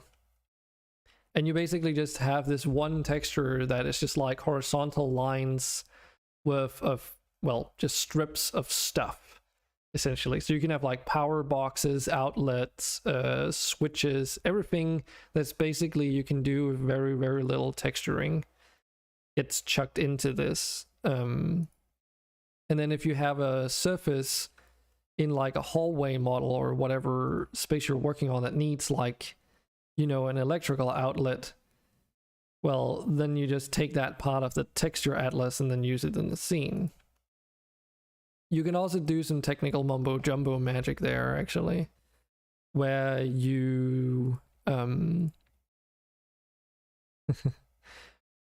where you take that stuff that you have in the scene and you actually bake down a new texture atlas based off what's in the scene, which as far as I know is something I think Unity might even do natively. I can't remember how well it does it. But it basically means like, say, okay, you have one UV map that's shared between a lot of objects and you're only using one object in a specific scene, then it's possible that it might take multiple objects in that scene that only use a fraction of a texture space, rip them out of there, and then compile it into a completely new one instead.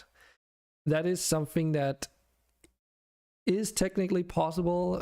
From what I remember, one of my the other study groups at university actually had a semester project where that was the thing they were sort of like, you know, messing around with. But yeah, video game optimization is a fucking massive field. So there's not one way to do things, and it varies from game engine to game engine even.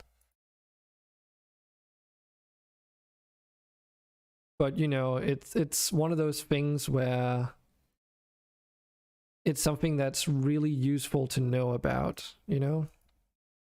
Because that's what makes the difference between like a more smooth development process and something that's a bit more troublesome. It also results in a game that's more stable usually. I mean, that's kind of what I imagine, at least.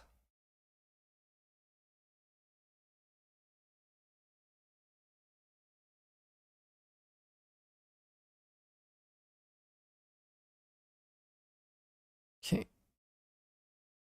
But I hope you're learning something interesting today. Because they're definitely not the type of questions that usually are super easy to answer. Because, you know, as you can tell, it's fairly big field, I suppose.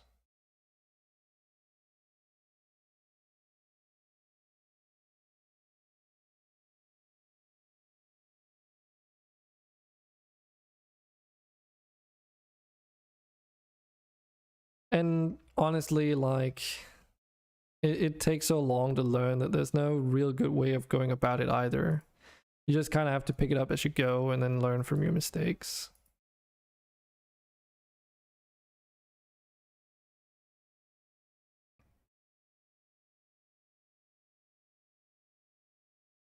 And, you know, at the end of the day, you can't do everything, like, to try and optimize your game, because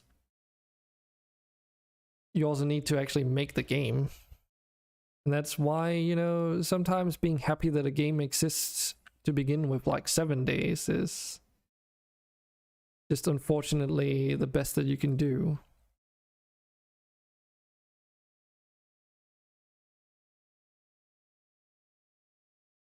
Or RimWorld as well, right? You can't really like ham-fist in a lot of optimizations at this stage without basically rebuilding the whole game from scratch.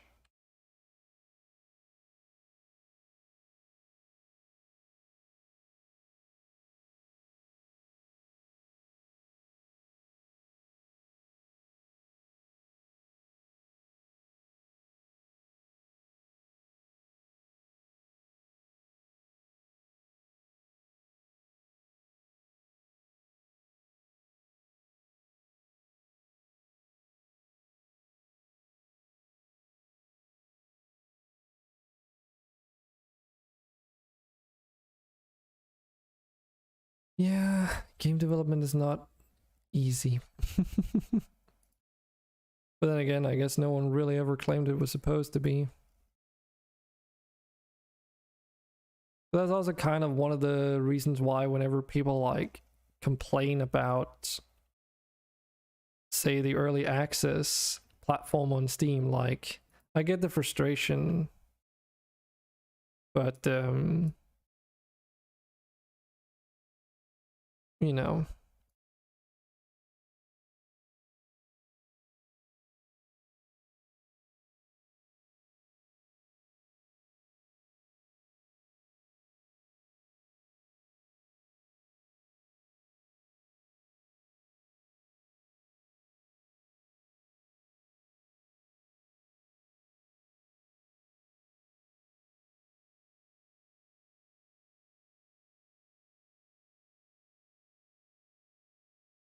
Yeah, the black box is just that. That's just like a even-sided black box.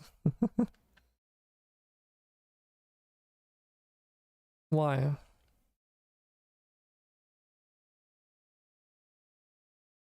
Oh, that's annoying.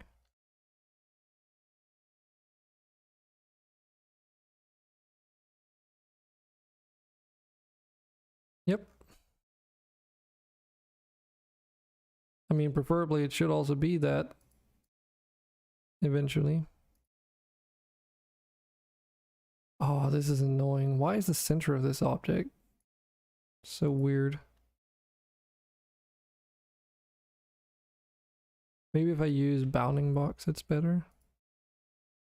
If I use bounding box, it's not a problem, it seems. Kind of it makes sense, I guess.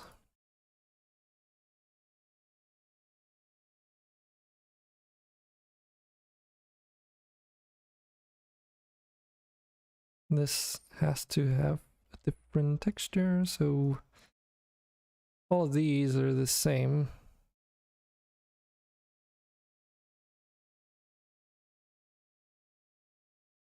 But yeah, it doesn't get much better than this. There's always going to be some empty space.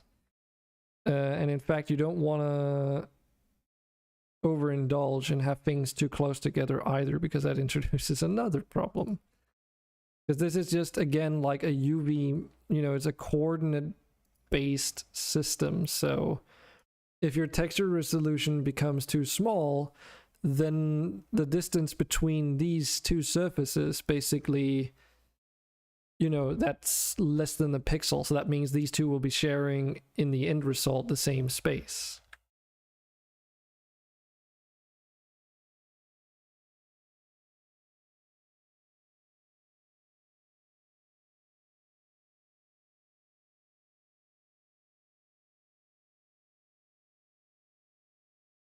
But yeah,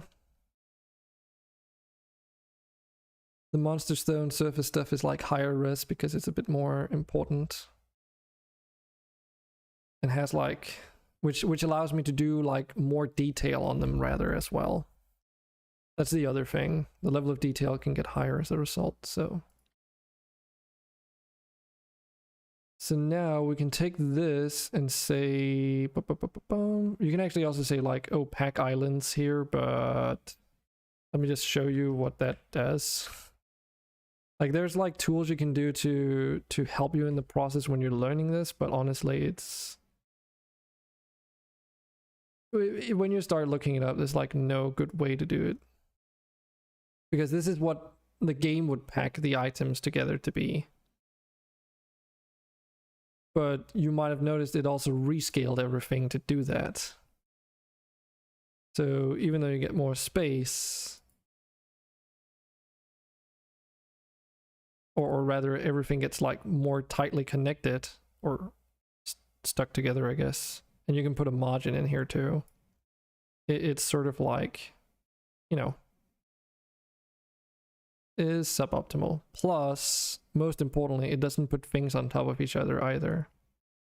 You can also actually, I forgot this is a thing, you can say average island scale. This automatically rescales everything to an average. But since I had to do a lot of rescaling here, it doesn't really matter, I guess. Just have to remember that for the future. But yeah, you can like, say in this UV map, I wanted these to be the same average scale. I could click this and now they're exactly the average scale. Doesn't really make a huge difference, but yeah. Yeah. It's like, it really depends on the application for it. I mean, if you're doing 3D modeling for the sake of 3D printing, then you will never have to touch this, as far as I know. Maybe if in the future you get like a 3D printer that can print three-dimensional textures. There are also other ways you can actually texture stuff here. You can actually paint things in 3D in Blender. So you apply, you know, paint directly in here with paintbrushes and everything. But you still have to UV unwrap everything in order to do that properly, though. But actually, now we can press this export UV layout button. And we want to have no fill opacity on this. And I just need this on my desktop for now. And here you can also specify resolution, because again, this square here is resolution independent. This could be a, you know, I don't know, 16 by 16 texture for all that I care that you've UV mapped for, or it could be like an 8K res. It doesn't matter. It just gets interpolated.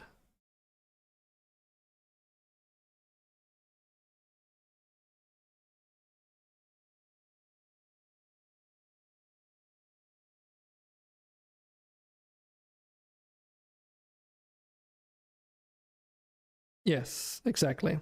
The main thing is just that you should, when coming to video game textures, you always want your textures to be in the power of 2. Because if you don't do that, and you start having weird aspect ratios, odd artifacting starts happening.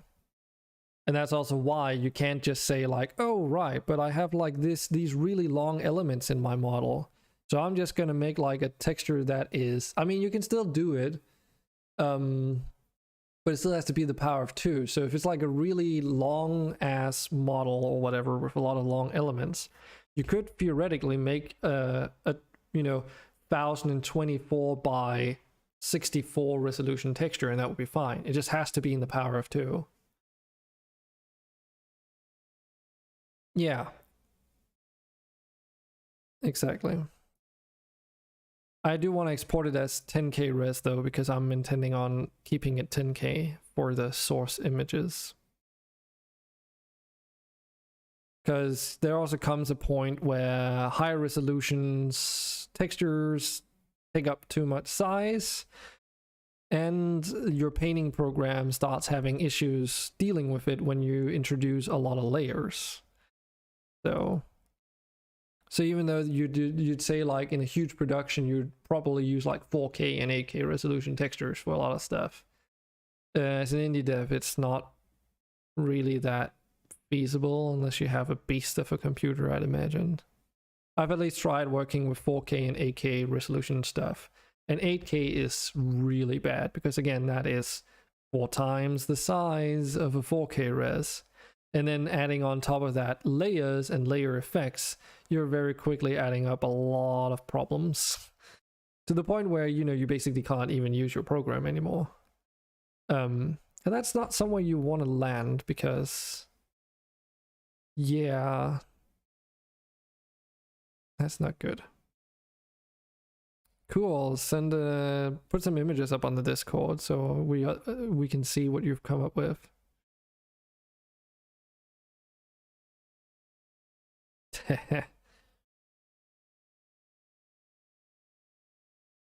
All right, fair enough.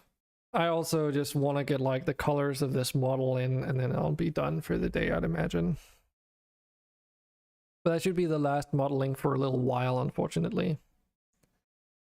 So we just barely get into it, and then the next step would be to populate the level with details and then work on the quests and all that.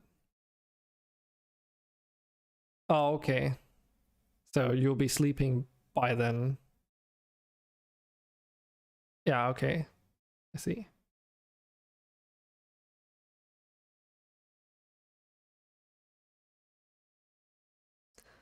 Well, let's make another folder here. Call that terminal_01.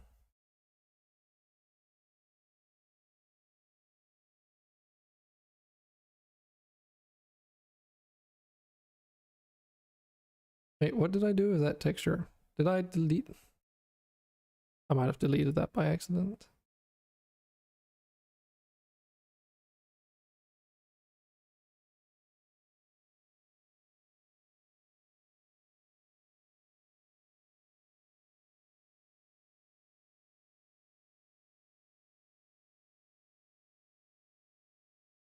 Oops.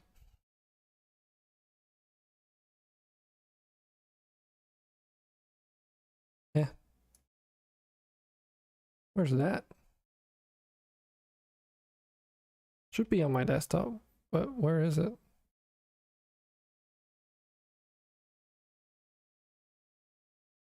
Hello?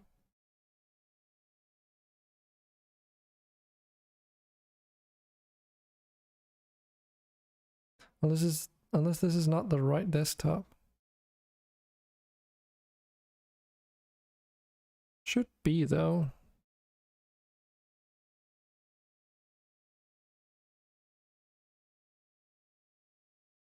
Didn't I have it out there in just a moment ago?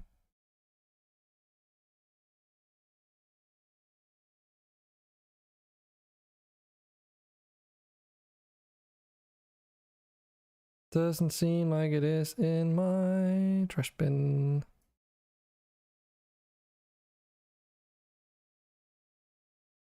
Okay.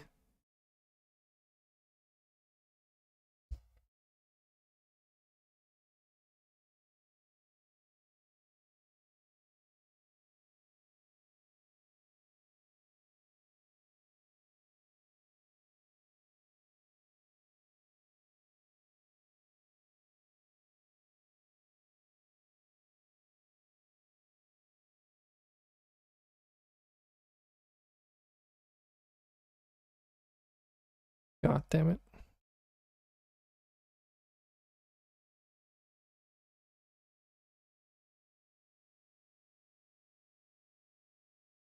Why is it not?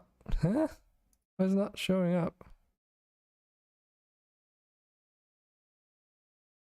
Which?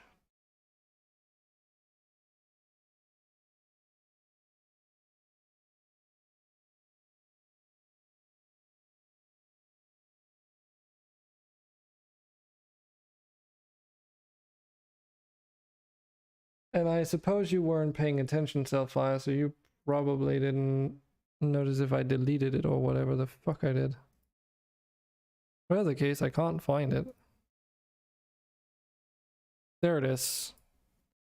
See, this is fucking. It's because it's black.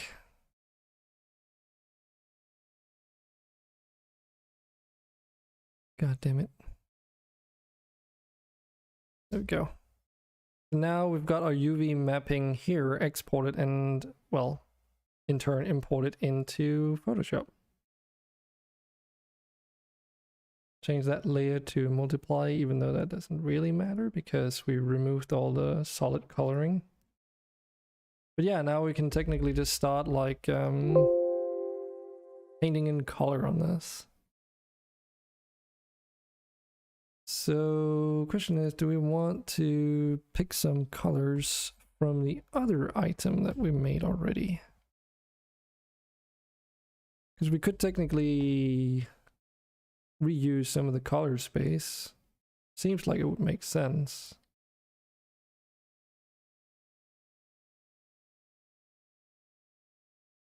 Cool.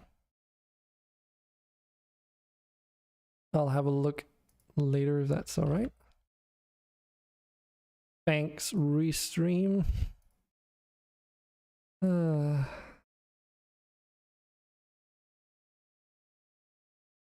Maybe it's about time I go and see if Restream did some stuff so you can actually tweak those settings, because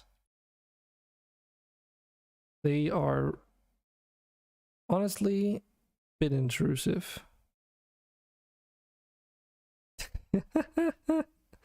Fuck.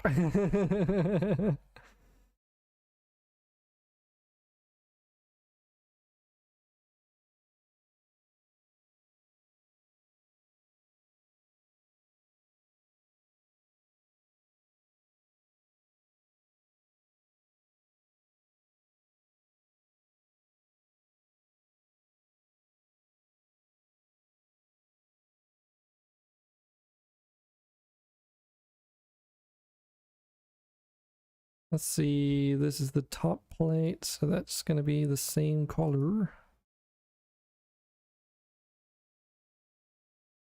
And this is all I'm going to do for texturing, of course, like just filling in the solid color so that the color space is like, you know, in the game basically.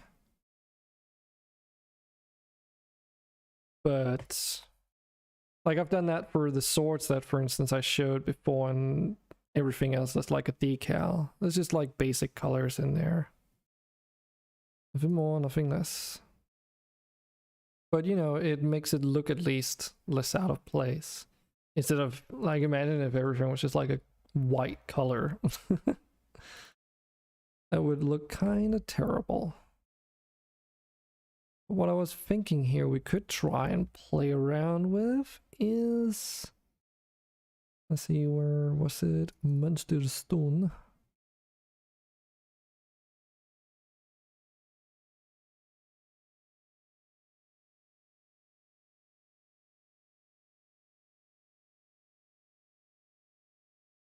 This is in here now.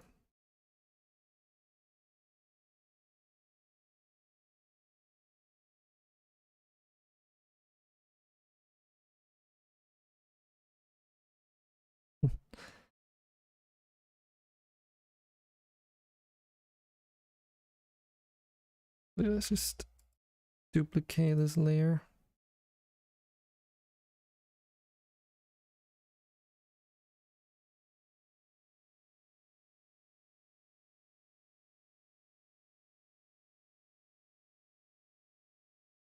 Put that up front so I can see what the hell I'm doing.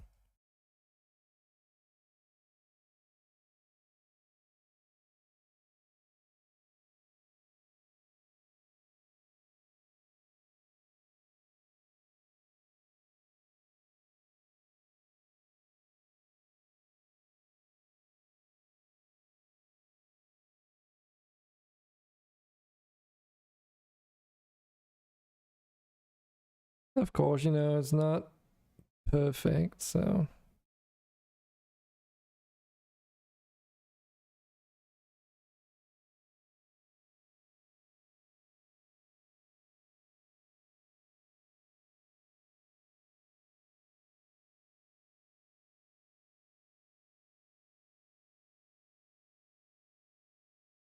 Or rather, wasn't even made for this to begin with.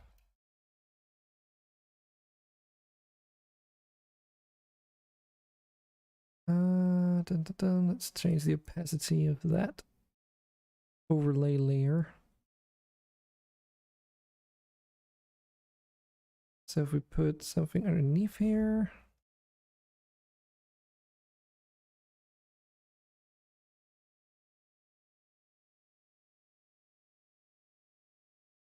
and then we steal that outer color there.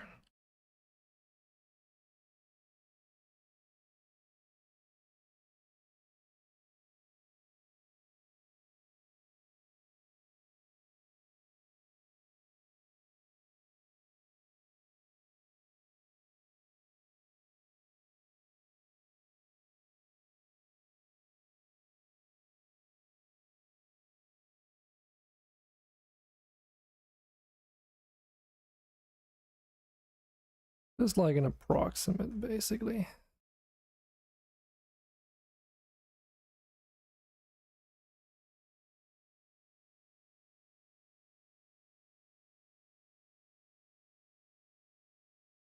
And, you know, I'm also just kind of curious.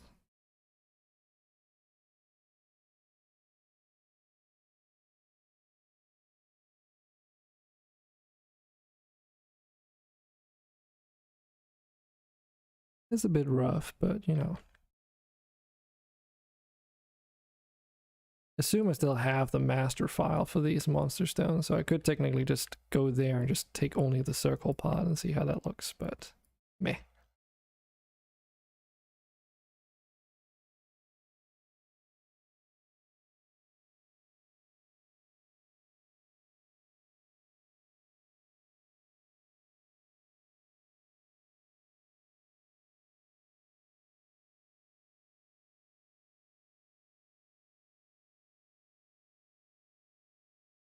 Of course, this part up there doesn't really have like a full color space anyway, so like it's not fully done.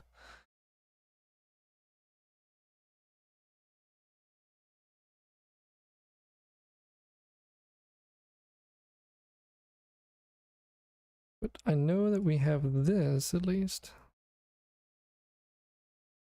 It's in a weird angle, of course, but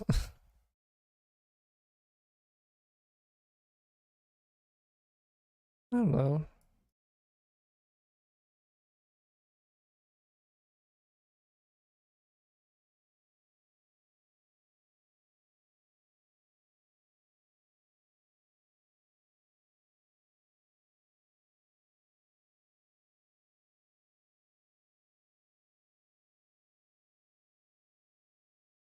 And of course it would have to be stretched if it's supposed to like fit here.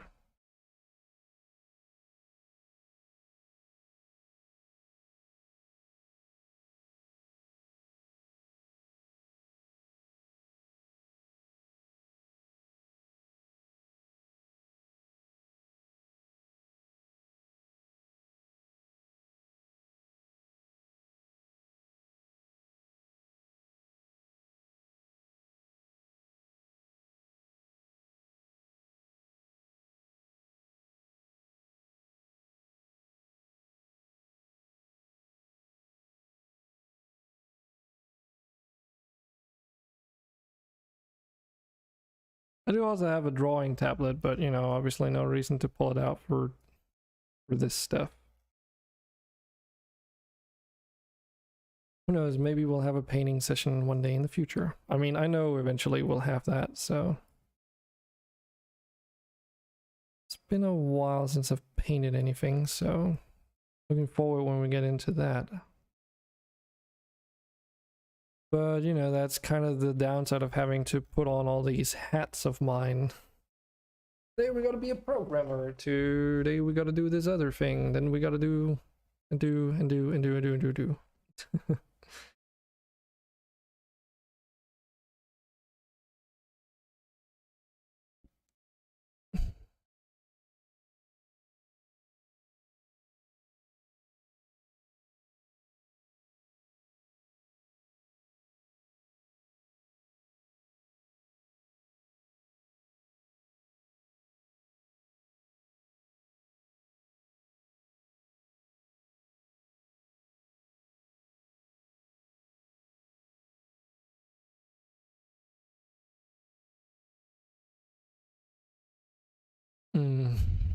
Yeah, this does not follow the original shape as that well.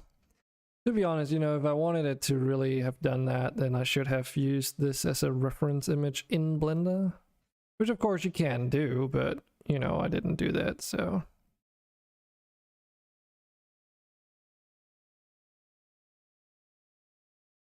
Talk about, see, that's the part where I would definitely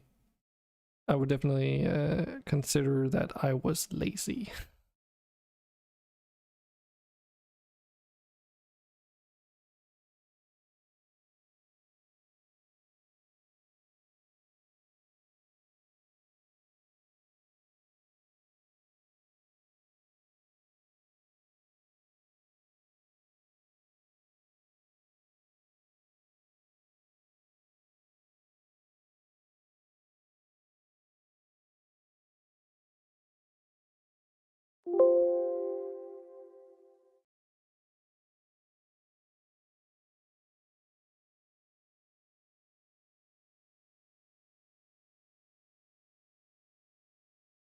Let's just do like a test here, put all that stuff in there. Then I can toggle those layers just in case it doesn't work out to be super cool looking.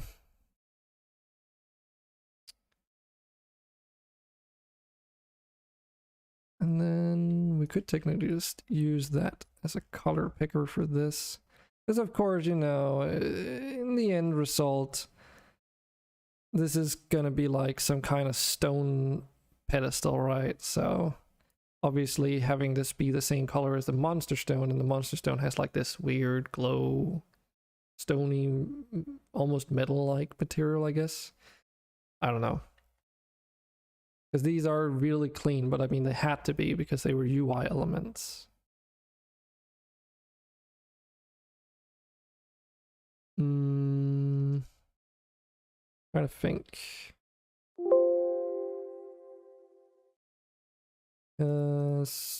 This beam right here, that's the edge around the top there.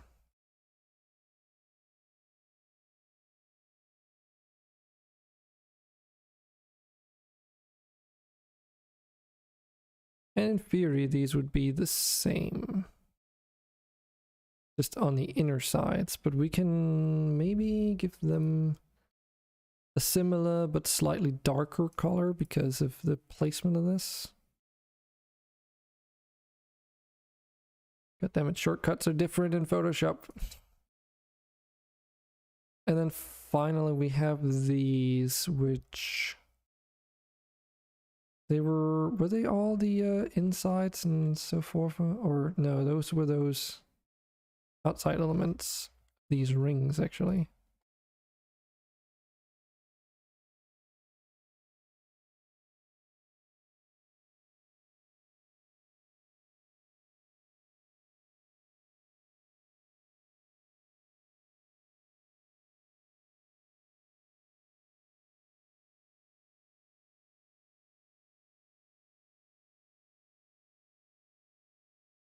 But yeah, here it doesn't matter too much, like where you put and don't put color. There's technically something, I think, where like if it's a dark black background, then it uses less data or something. There's like ways you can optimize these, but since it's not a final texture, I don't really care that much.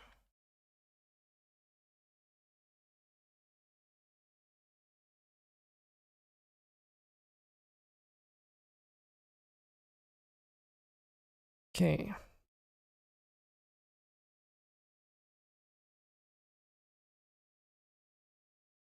Textures, models, details. And then this is terminal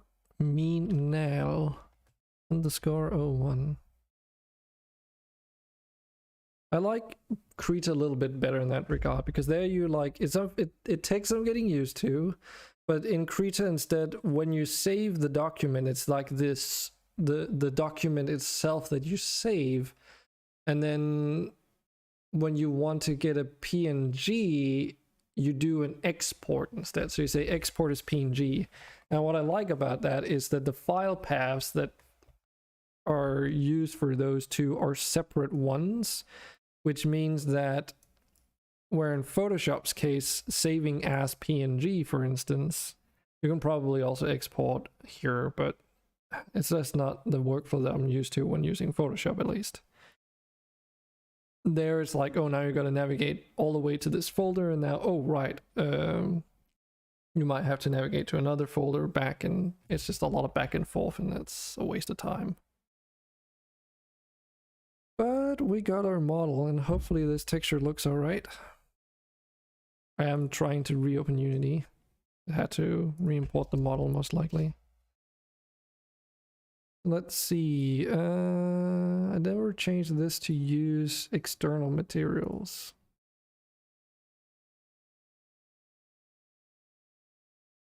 Interesting, okay.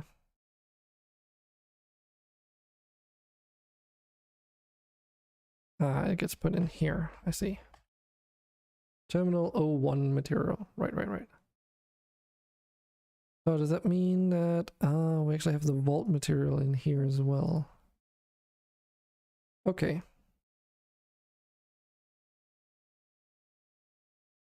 Let me just change that. That should be a standard specular setup. With the specular set to black, because I don't want specular in this case, because of how the lighting and everything in the game works.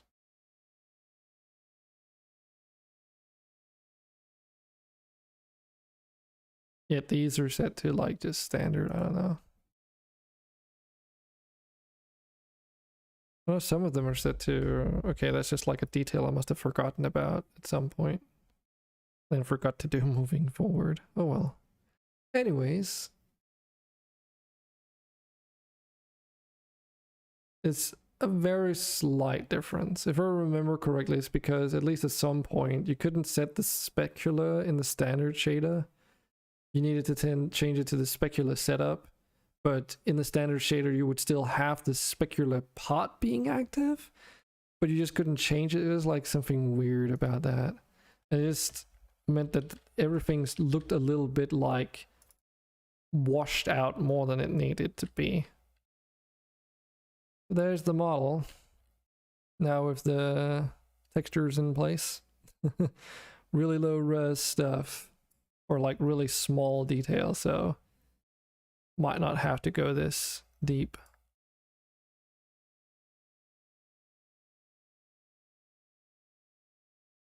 Yeah, I might have gone a bit overboard on like the visual fidelity of the actual like plate itself. Oh well. It does allow me to do close-ups if I ever implement like some kind of camera thing, but this looks alright. I mean, you know, like as if there is a MonsterStone in there, I suppose.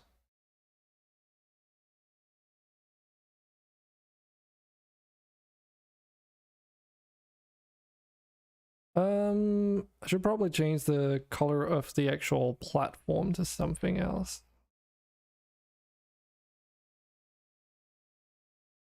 I reckon like a darker color might do the trick, or maybe the same as the ramp material here. Could also change the pedestal's pillar to be of a different color.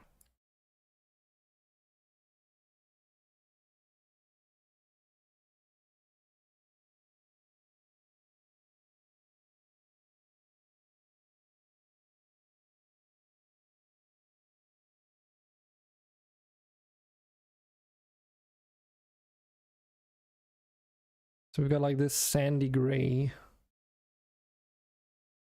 which we can use.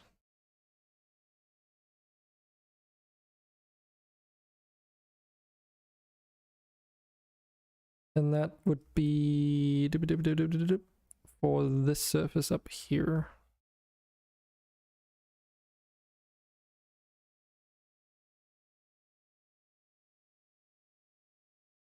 But yeah, I mean, it's just going to be flat colors for now. Regardless.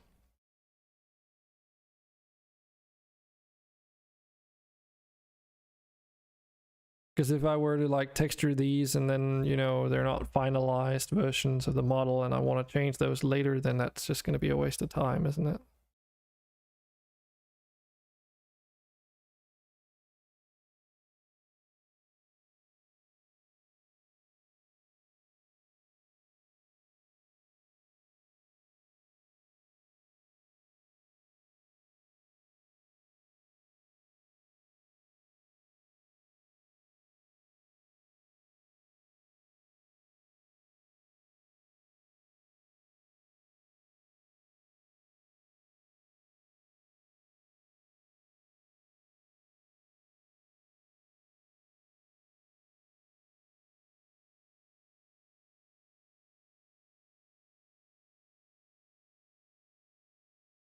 It's just around about good enough color at the moment, yeah. Just so that like the color space comes across and you get a feeling for where the game is going in that regard. Like the trees and rocks are really easy to do because, and a bit more important because they are all over the game, and that's, you know, they add a lot of fidelity just by looking good in them in their own right. But even some of the trees need a bit of a rework at some point because I was a bit lazy with some of them. Terminal. Let's put it out on the desktop.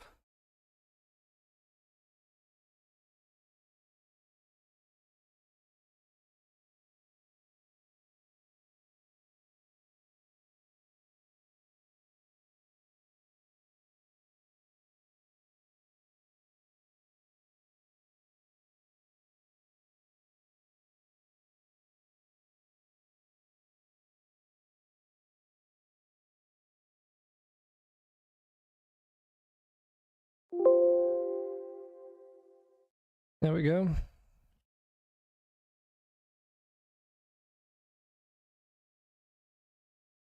But yeah, the actual MonsterStone thing here actually has to be changed at some point. I think this is also... This seems to be using the same color as the pedestal. Oh no, is that oh, that's what that light gray color is. Right, yeah. That makes sense because that one is a little bit longer, so...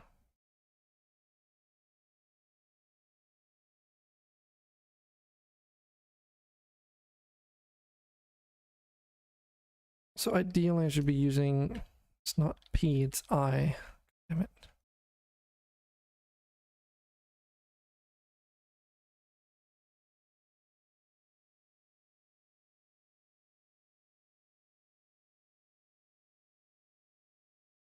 There we go.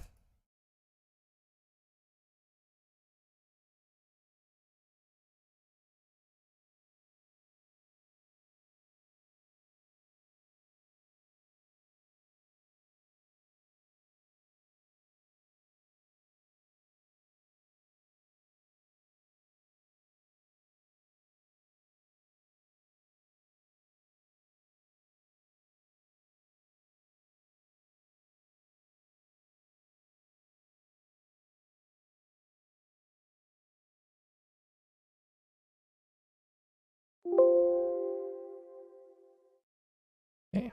It's like probably not going to be noticeable, but this means that that itch actually fits with the same color.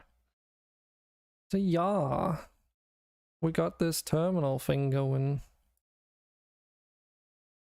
And that means that I have the 2 set pieces I wanted for this level, pretty much.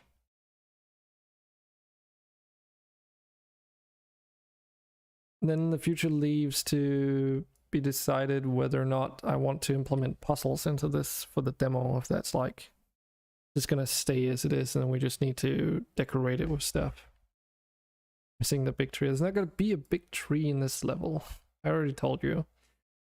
It's gonna cause problems, Alpha. If you add like something really big in here that like a singular object and it's like thin and tall, then it occludes your vision, but it also messes with the camera. Because if you back your camera up into that object, it's going to move the camera forward to compensate, so you don't get put inside of it.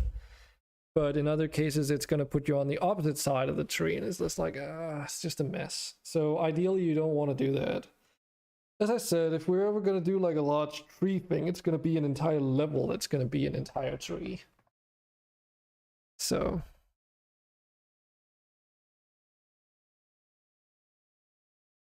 And besides, the whole aesthetic of the game is also like this sandbox feel where, you know, it's like you have your tokens, you have your small trees, your houses and such.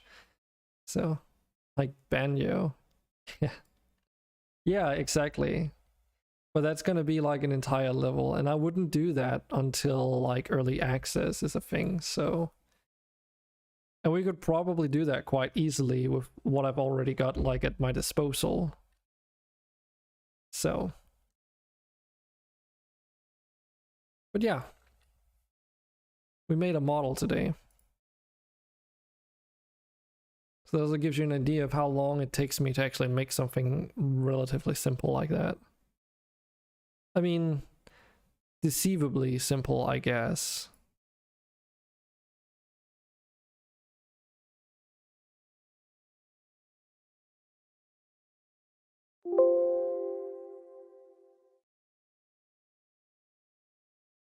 Now imagine you're working in a game development studio and you also need to make concept art before you even decide on which models you want to make, to try and visualize the shapes and everything. I don't have the time to do concept art, and I don't have the skills to do concept art, so I kind of just have to make do without that. You know?